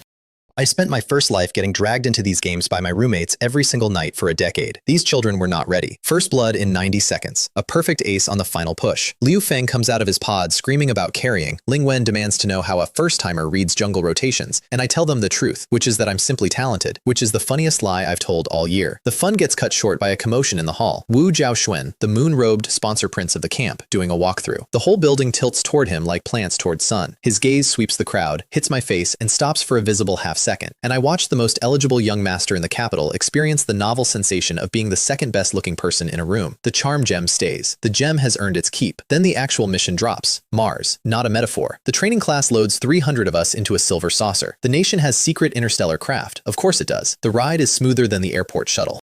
It lands us at a Great Dao base on the Red Planet, where a rift in space has been leaking void beasts for a century. Our job? Hunt. 1 point per kill, doubled for elites. Points buy everything from gear to rims, and here my eyes lock on the top of the catalog, a city inspector's commission. Governor grade authority over 1 Earth city, SSS grade state protection for immediate family, level 100 bodyguards included, protection for family, backed by the nation, immune to Zhao-style pressure. Priced at 100,000 points, when a good day of hunting earns 50. The other students see a number, I see a shopping list. I rent the loaner hoverboard and fly into the wastes alone. The wastes are full of chitinous mantis things at level 30-something, which my current body dismantles with 2 fingers, but killing them is retail. I'm here for wholesale, because every corpse, under totem art, is inventory. Kill it, bleed it, draw its soul into its own hide, and the hide becomes a reusable summoning scroll. By noon, I have a stack of beast hide totems that each pop out a level 30 war beast on demand, at which point somebody shoots me in the back. A high-energy particle beam, military grade, from 300 meters eclipses my shield and cooks my shoulder pad, and the shooter is already relocating like a professional. One of my own classmates, it turns out, with a rifle he shouldn't have and orders from Till. I do enjoy consistency. The Jing family, who marked me for their vegetable daughter and smuggled a gun to Mars for the occasion. He kites me beautifully for a whole minute. Then I stop chasing and open the zoo. 5 beast hide totems, 5 summons, 5 angles. The flame leopard takes his rifle, the scorpion takes his tendons, and my little wide-eyed hypno beast, a recent acquisition with a gaze that turns brains into warm soup, takes his secrets, name of the handler, name of the clan, reason. He confirms it all in a pleasant monotone and then joins the Jing family's growing collection of relatives turned houseplants. I didn't start this feud, I'm just building the memorial garden. Deeper in the mountains, I hit the real jackpot, a cave system stuffed with beasts. I send in the totem menagerie, shut the door, and listen to the food chain resolve itself. Behind them, the reason they'd all gathered, a milk-white spring of 10,000-year spirit milk, the legendary everything restorer, guarded by 2 level 60 alphas. The alphas become totems. The spring becomes mine, decanted to the last drop into a small world ring. On the way out, I make a hide totem of each alpha and test drive one. A level 80 rock dragon unfolds out of a drawing and looks at me for orders. I now carry an army in a folder. By sundown, my counter reads 1,240 points. The base's exchange queue goes silent when I swipe in. The day's second best score is around 50, and by dinner, Liu Feng and Ling Wen have hunted me down, demanding to know which secret farming spot I've been abusing. I tell them the truth. The Sanao range, average monster level 50 plus, certain death for rookies. See, Liu Feng tells Ling Wen, he lies even about lying. That night, instead of sleeping, I open a storefront on the Blue Star Honor Mall, the planet's classified marketplace for lords, and list 40 spare beast hide totems under the shop name Totem Summoning Shop. Simple pitch, pour in mental energy, receive a war beast far above your level, reusable. I price them at what feels like robbery. They sell out in 1 second. The forum melts down. Apparently, carry a boss in your pocket fills a market gap. My 5-star reviews praise the product. My 1-star reviews complain the mysterious boss ignores all customer questions, which, correct. The aloof seller mystique is free marketing. Somewhere in Ice City, Yang Yiwei buys my most expensive listing with Zheng Xiaoshui's honor points, brags about the find, and has no idea he just 5-starred his own neighbor. The Zhao family, meanwhile, has been doing math of their own, and their math says the boy is untouchable on Earth, school, state, Wang Xuan, Lu family, all watching. But Mars? Mars is a jurisdiction gap with a red paint job. So the Jing matriarch dangles a deal. Kill Chen Kai out there, keep whatever treasures he's carrying, and we'll release your imprisoned 4th master as a bonus. And the Zhao family clan head himself, Zhou Kunlun, level 98, the real monster the whole family orbits, packs his elites into a stealth craft and burns for Mars. On board, Zhao Hui, the enforcer from the school gate.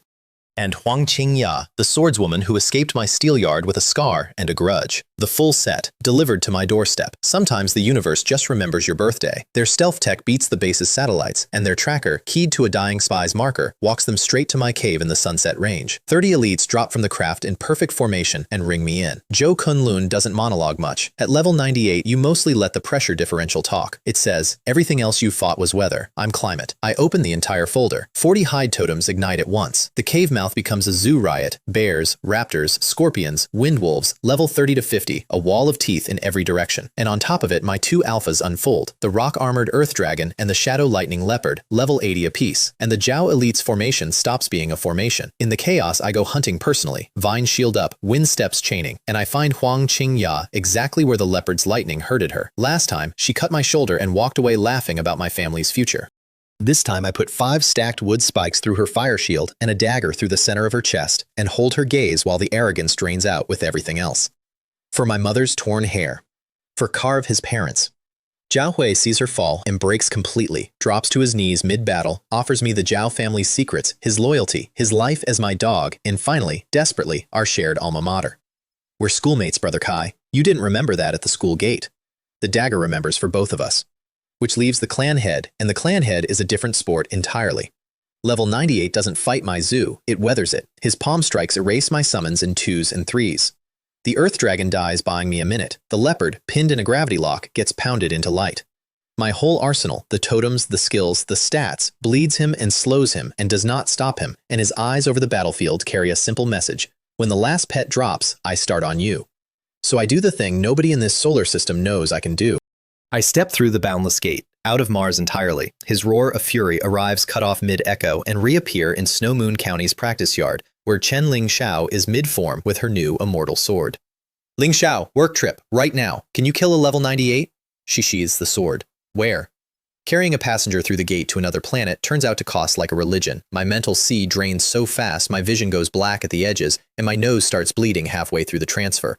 But the gate holds, because mythical tier doesn't acknowledge impossible, only expensive.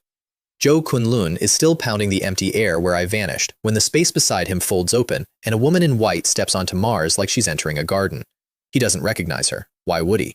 She's not in any registry. She's a sword immortal from a novel, holding a blade forged from god metal, wearing a class that this entire solar system doesn't have words for yet. His gold barrier, the heirloom, the pride, the thing that's tanked wars, pops like a soap bubble on her first casual gesture. Her second is the draw. His head comes off so cleanly the cut shines, and then the corpse exhales black smoke, and Zhou Kunlun reassembles 100 meters away, gray-faced, clutching a shredded straw doll, a substitute talisman, death insurance for the ultra-rich, one life prepaid. He's screaming something about what family produced her, what her price is. Ling Xiao doesn't do negotiations. She does 10,000 swords return to origin. The sky over the sunset range fills with sword light like a meteor shower deciding to be thorough. When it clears, there is a crater, and in the crater there is nothing. And no number of straw dolls answers the question of where you reassemble when every piece of you went at once. The Zhao clan head, the level 98, the mountain the whole family sheltered under, gone, on a planet he snuck onto, killed by a woman who officially doesn't exist. I feed Ling Xiao a drop of spirit milk for the road, and we're both home before the dust settles. Behind us, the base's sensors finally register the energy spike. By the time the military convoy arrives, all they find is the Zhao family's private strike team dead on foreign soil, and an illegal stealth craft, which I have already stolen. Thank you, it's called the Night Owl now. And one crater whose residual sword intent makes General Li Wei's golden eyes water. What master, he mutters into the report, did the Zhao family provoke? On Earth, the answer plays out at institutional speed. The Zhao family sent their clan head off-world with military-grade contraband to murder a state-protected trainee, and lost him. There is no version where the state doesn't notice, and the state's patience with the Zhao name has been thinning since the school gate stunt. Within days, the Town God Division, the bureau that handles supernatural crime, hits every Zhao property at once. Assets frozen, elders vanished into interrogation. The family that spent generations as Ice City's untouchable weather system gets dismantled in one news cycle. The shockwave clips everyone who hitched their wagon to that name. Wang Chang, my classmate who sold my dorm room to them for a sponsorship, gets dragged out of a Zhao garden party in suppression cuffs, and the Zhao girl he'd been courting testifies against him by lunchtime. Wang Yunxi, my old crush, gets swept up in the same net for her fiancé's Zhao sponsorship, pregnant and screaming his name, released later, shaken, into a life that will never quite unshake. I didn't aim at any of them. That's the thing about pulling down a mountain. You don't get to choose where the shade was. Li Wei corners me at the base afterward, asks me point blank if I killed Zhang Lanyue's mind and Zhou Kunlun's everything.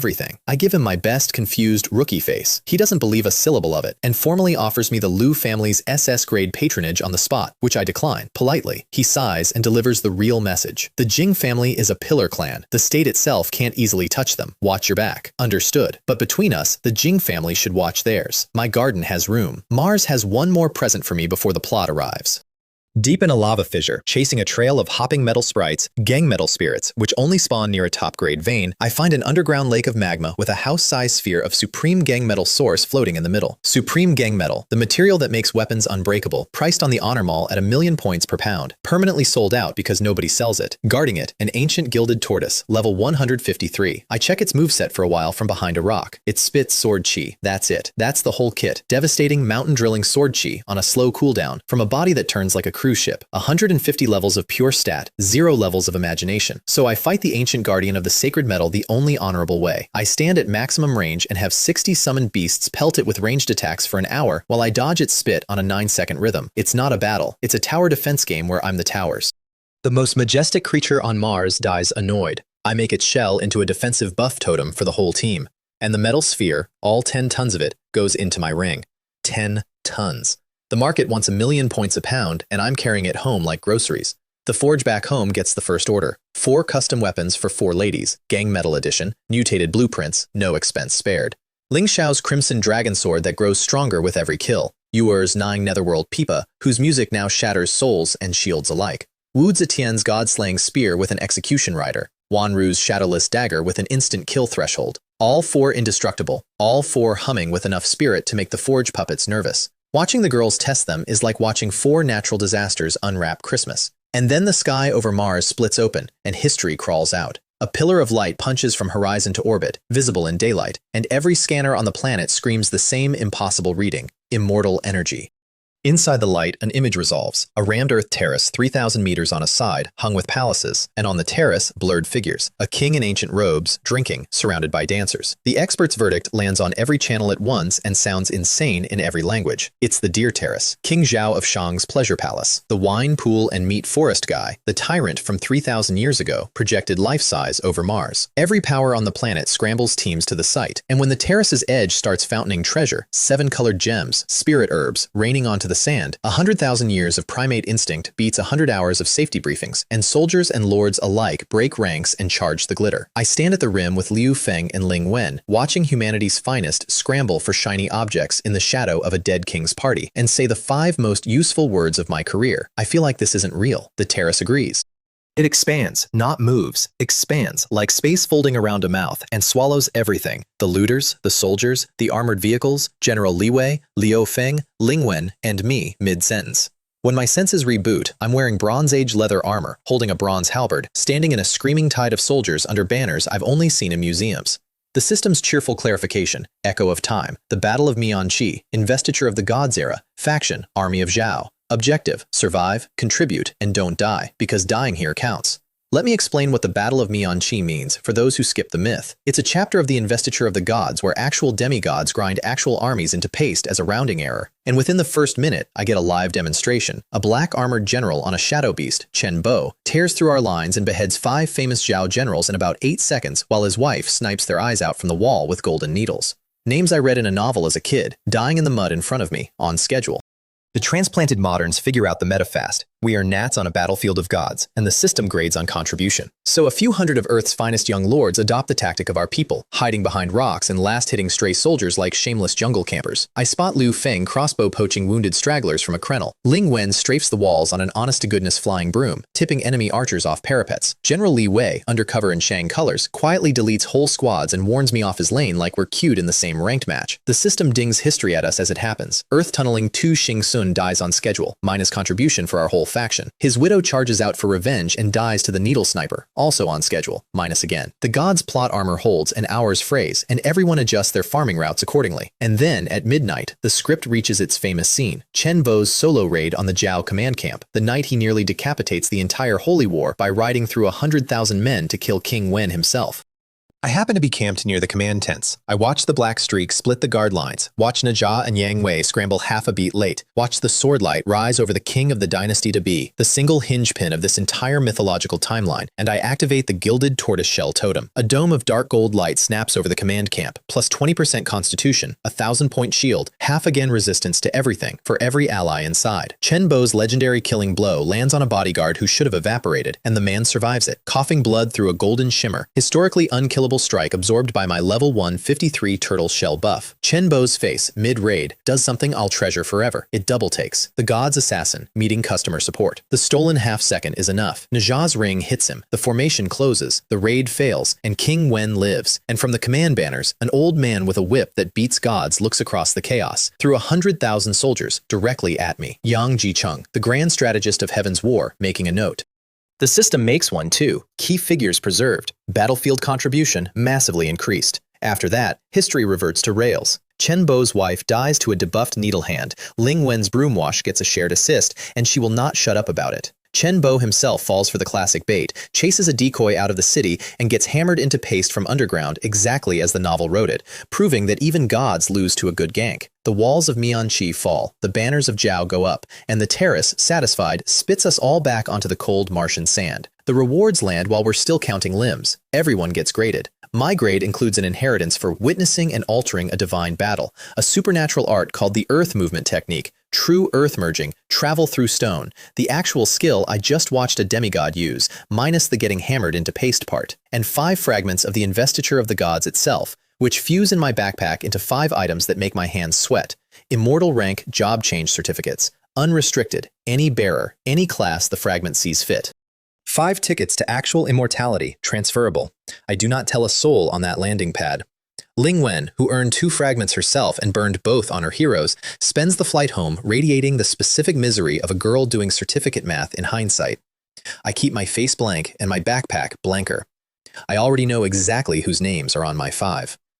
Back home, I call a family meeting, parents plus the 4 girls. Then I open my palm and let 5 certificates float over it, iridescent edges humming, and watch 6 people forget how to breathe. Ling Xiao identifies them first, voice actually unsteady. Immortal rank job changes, unrestricted. 5 of them. Room of 6 candidates, minus Ling Xiao, who already ascended, equals math that works out perfectly, and I do enjoy when the universe does arithmetic in my favor. Mom? Dad? You raised me twice, once in a life you never knew about. This clears the tab it can clear. To the girls. You 3 carried this territory on your backs. First tickets to immortality go to the people who built the platform. Mom asks if it's expensive. Mom. Wu Zetian's fists are shaking. Yuer's eyes are wet. Wanru looks like she's going to vibrate through the floor. Ling Xiao, our resident Ascension veteran, takes command like a sword-wielding safety instructor. Minds must be settled first. The tribulation eats the unprepared. Everyone into the academy for a night of calm before anyone touches anything.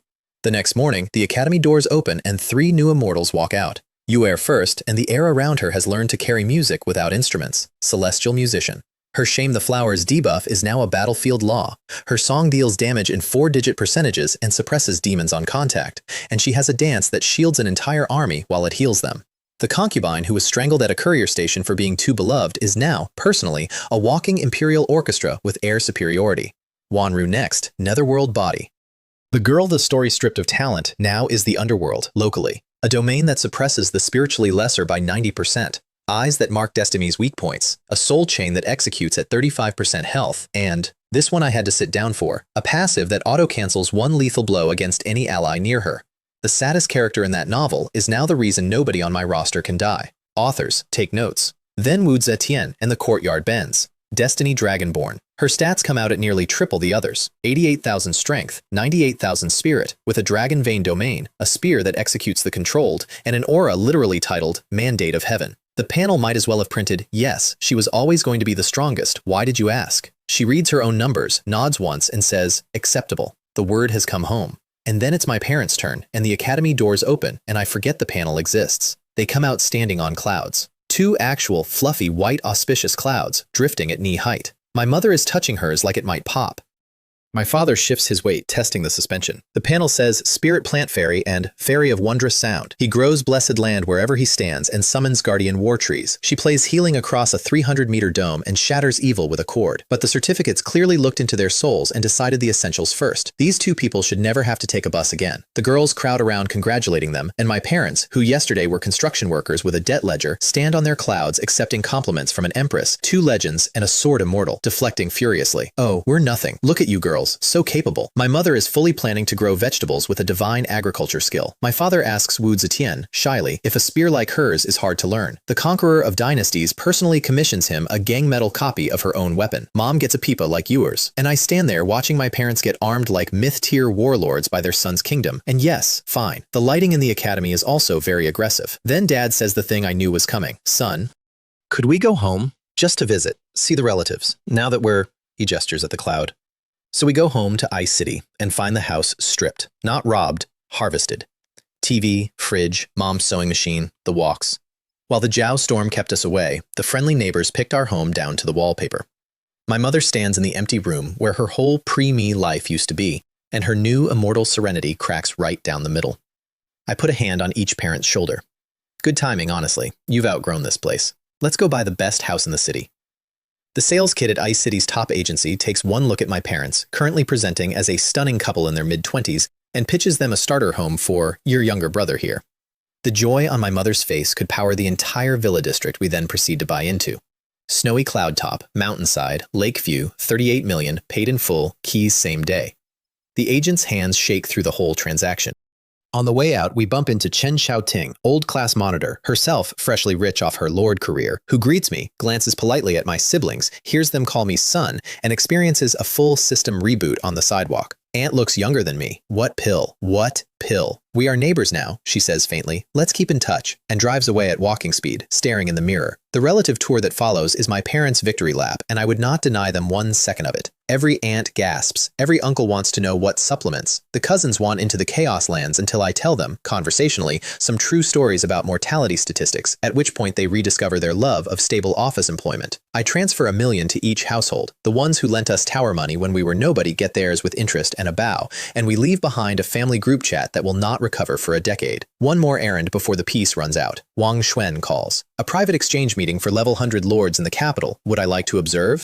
I meet her at a Hanfu atelier where she's buying robes, watch the Eternal Ice Queen do one small, satisfied turn in front of a mirror when she thinks no one's looking, and say nothing, because our treaty covers adjacent embarrassments. The gathering is a lakeside island club full of monsters in human suits. Dinner is cooked by an S-rank chef whose dishes give buffs. A woman named Yang Ruobing spends the meal roasting me as Wang Xuan's little boy who only knows how to eat, right up until show and tell, when I put an A-rank job change certificate on the table as my trade item, and the room's collective monocle drops. I swap it, to everyone's bafflement, for a B-rank teleport token blueprint. Garbage to them, feast for my mutation engine, which turns it into the void reversion order, a bind anywhere, cross any distance, self-destruct if stolen, return home token. I mint 5 and hand them to the girls like house keys. If anything ever goes wrong, anywhere, they come home. Non-negotiable.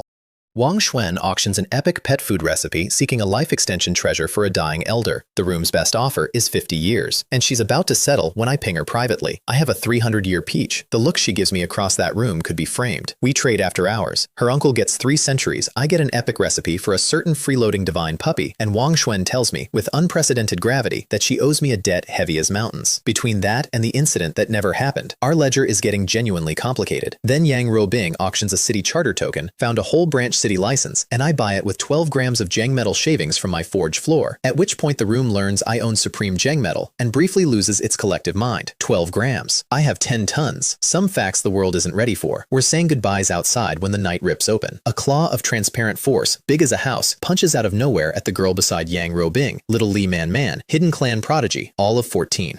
Wang Xuan and Yang Ruobing react instantly, together, at full power, 2 level 100 class masters, combined strike, and the claw shrugs them off, closes around the screaming girl, and folds back into nothing. 2 seconds, start to finish, gone. The street stands frozen. Wang Xuan's face is the color of chalk. Whatever just reached into the heart of the capital and took a child past 2 masters, it wasn't from any power structure anyone at that party can name. The clans mobilize. The girl's life signature has vanished from every tracking treasure on the planet. Not dead, erased from the map. Wang Xuan leaves me with 2 sentences. Go home and be careful. I go home. Careful, I'm still working on. The branch city charter needs a governor, and there's exactly 1 candidate the moment I ask. Ling Xiao steps forward before the sentence lands. I'll go. Of course she will. She ran a city in her last fiction. She'll run one in mine. I stake her like a proud investor. Half the treasury, 1,000 elite troops in Ashura sets, the full starter blueprint library, and the charter itself, which, once bound, radiates a tithe of my chaos blessing over her new land.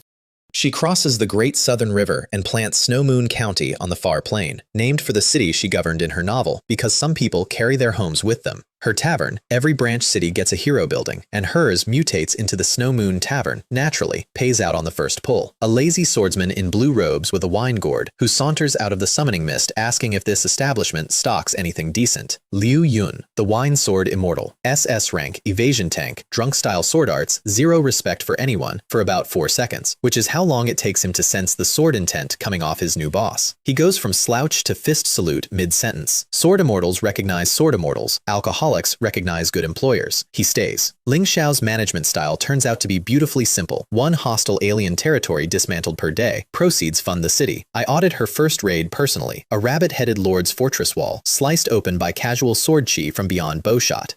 His ally, a level 25 wolf lord, teleports in for the rescue and gets beheaded along with his entire honor guard by 1 draw of the Crimson Dragon Sword. The cut so clean and so wide that Liu Yun, mid-swig, chokes on his wine.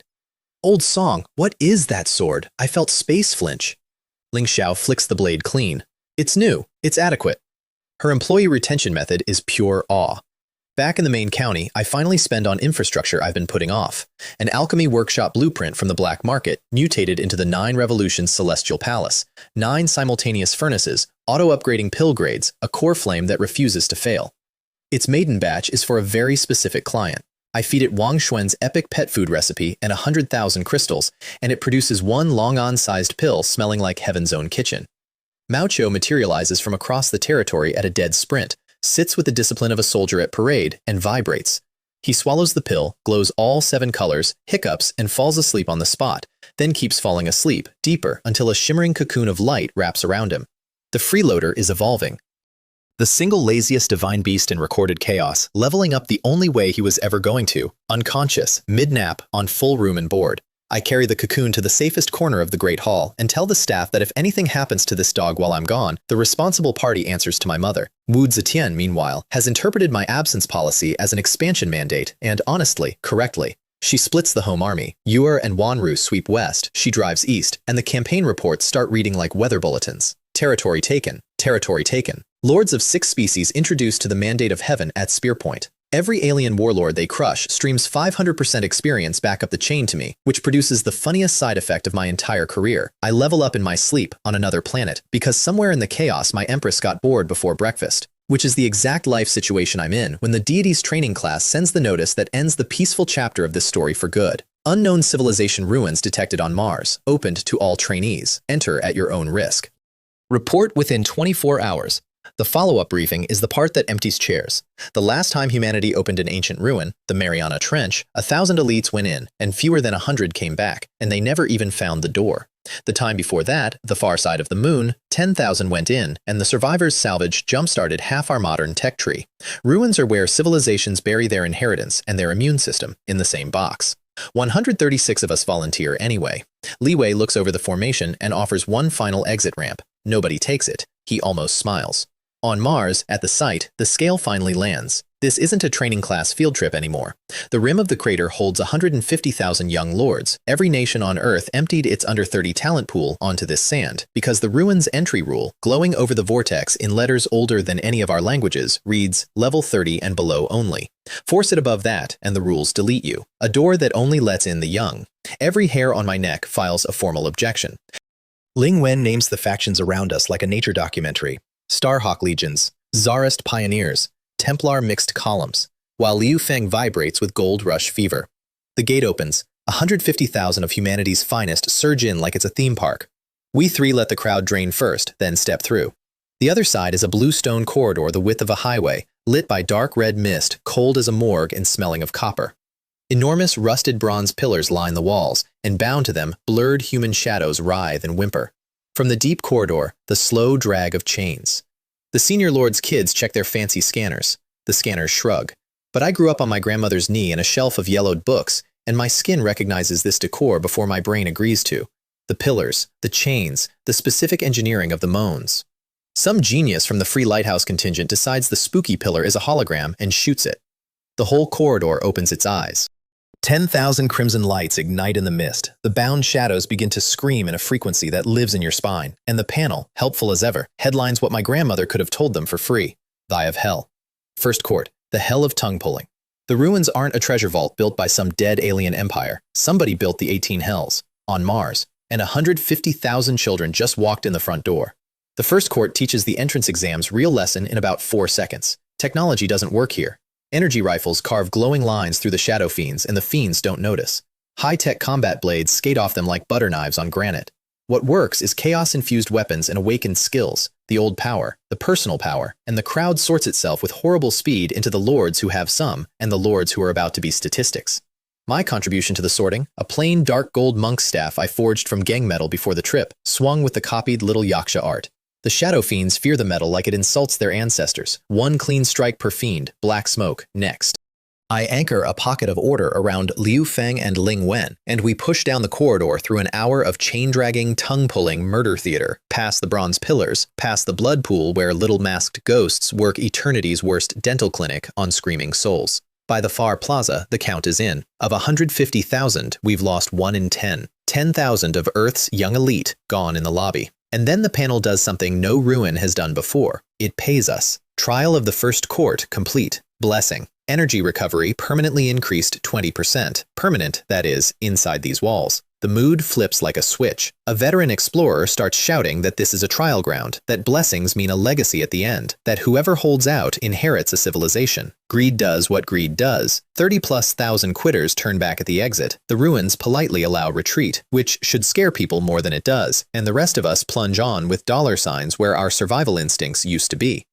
The second court is the hell of scissors, and I'll spare you the details except the scissors are the size of trucks, they fly, and they're aimed by something that has read the file on every liar in the room. We lose thousands more. The blessing at the exit, plus 100 to all stats. Liu Feng whoops. I say the quiet part, price, because that's the pattern and I see it now. Each court pays you exactly the coin you'll need to survive the next one, which means each court is calibrated to the boosted version of you. The blessings aren't gifts, they're the ruins raising the stakes so the game stays exactly lethal. We're not being rewarded, we're being tuned. The third court proves it, the hell of iron trees. A forest of blades where the branches move like snakes and impale the slow onto trunks alongside the shrieking damned. Our shiny new plus 100 stats are precisely enough to keep pace with the branch speed, not a point spare. People die faster here than anywhere yet, and the survivors stop cheering blessings entirely. At the exit, 10,000 more turn back at once, an entire migration of the disillusioned. 20-something thousand go on.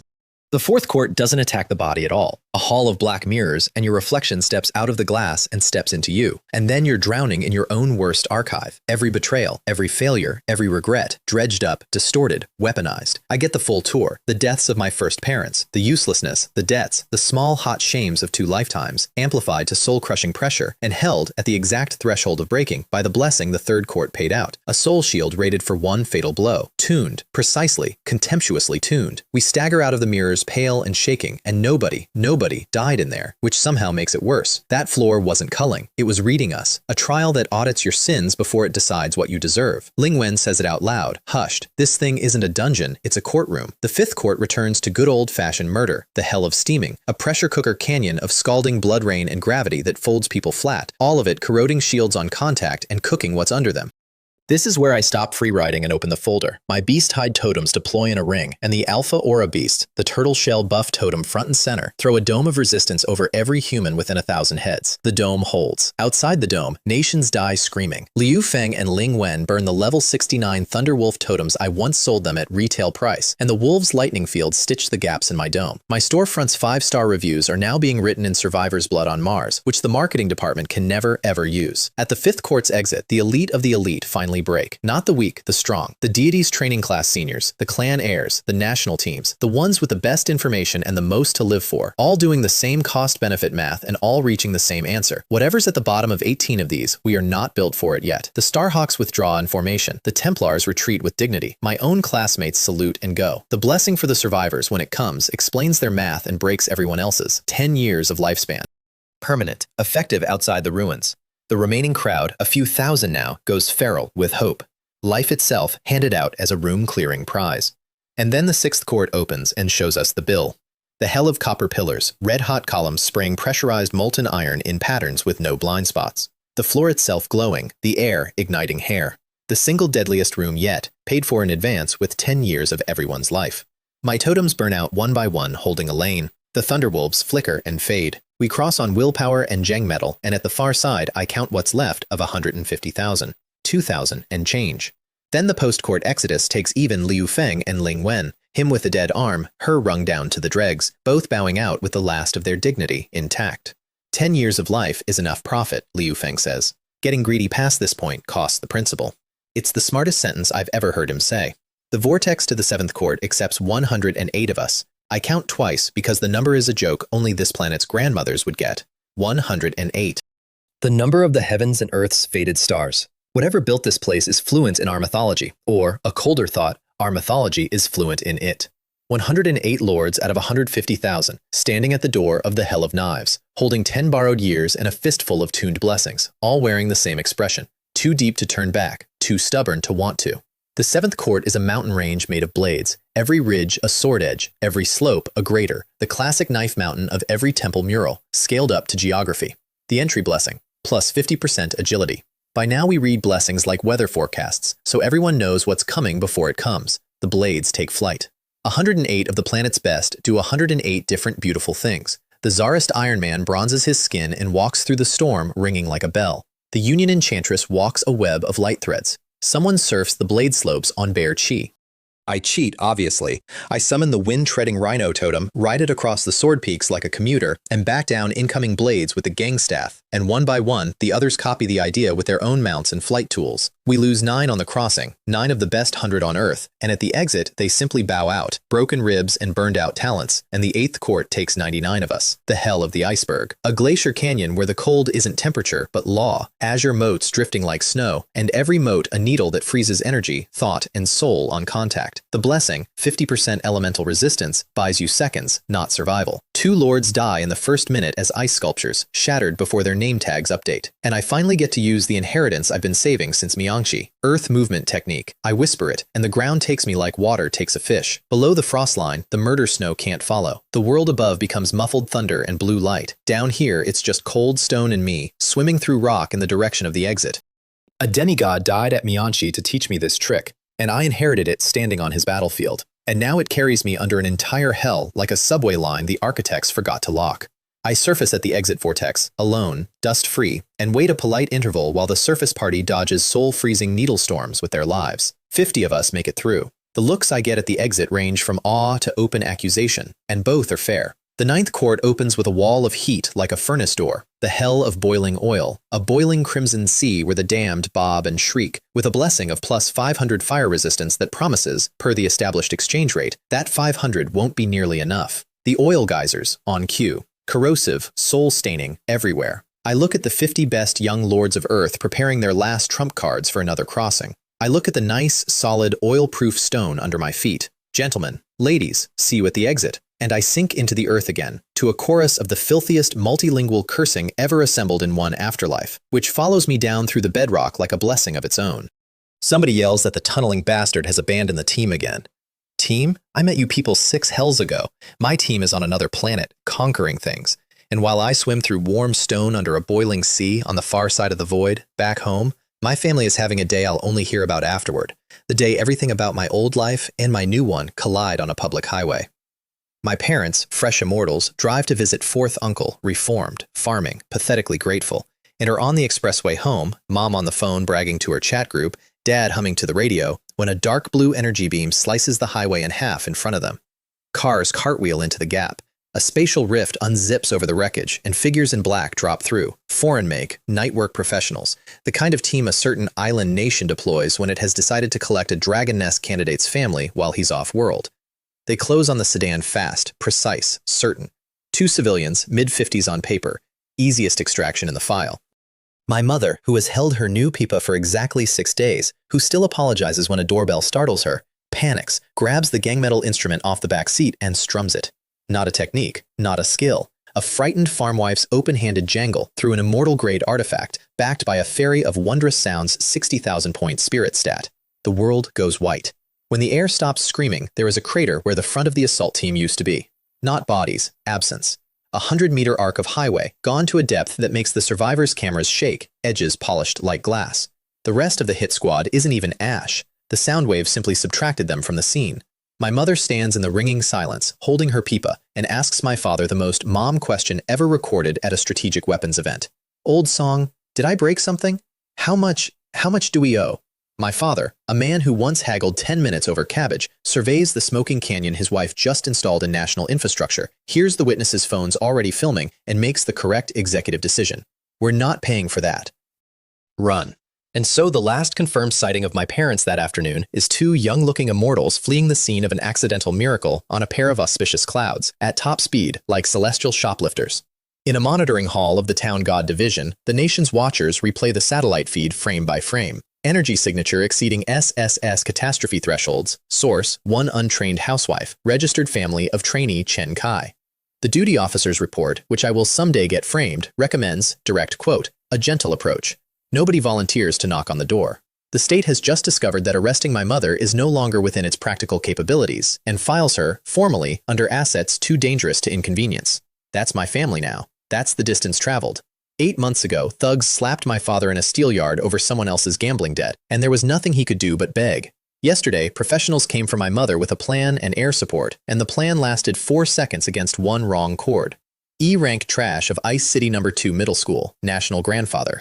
3rd of 561 among Earth's chosen. owner of 2 Dao fragments, 10 tons of god metal, a private army of immortals, and the only bloodline in history where mom's rage is classified as a natural disaster. The Zhao family, who started all this by deciding my parents were disposable? There is no Zhao family. The name survives only in case files and in the nervous sweat of every clan that considered following their example. I surface from the rock at the 9th court's exit, first again, and sit down on clean stone to wait for whoever else makes it. 9 hells down, 9 to go. Somewhere below, the courts are getting older and darker, and the blessings keep getting bigger. And if the pattern holds, whatever waits on the 18th floor pays out in something worth more than years. And here's the thing I don't know yet, while I sit there planning my next dive. Far above all of us, above Mars, above the trial, above the whole busy anthill of Earth's ambitions, in the silent black between worlds, something has noticed the lights on in an old building. An eye opens.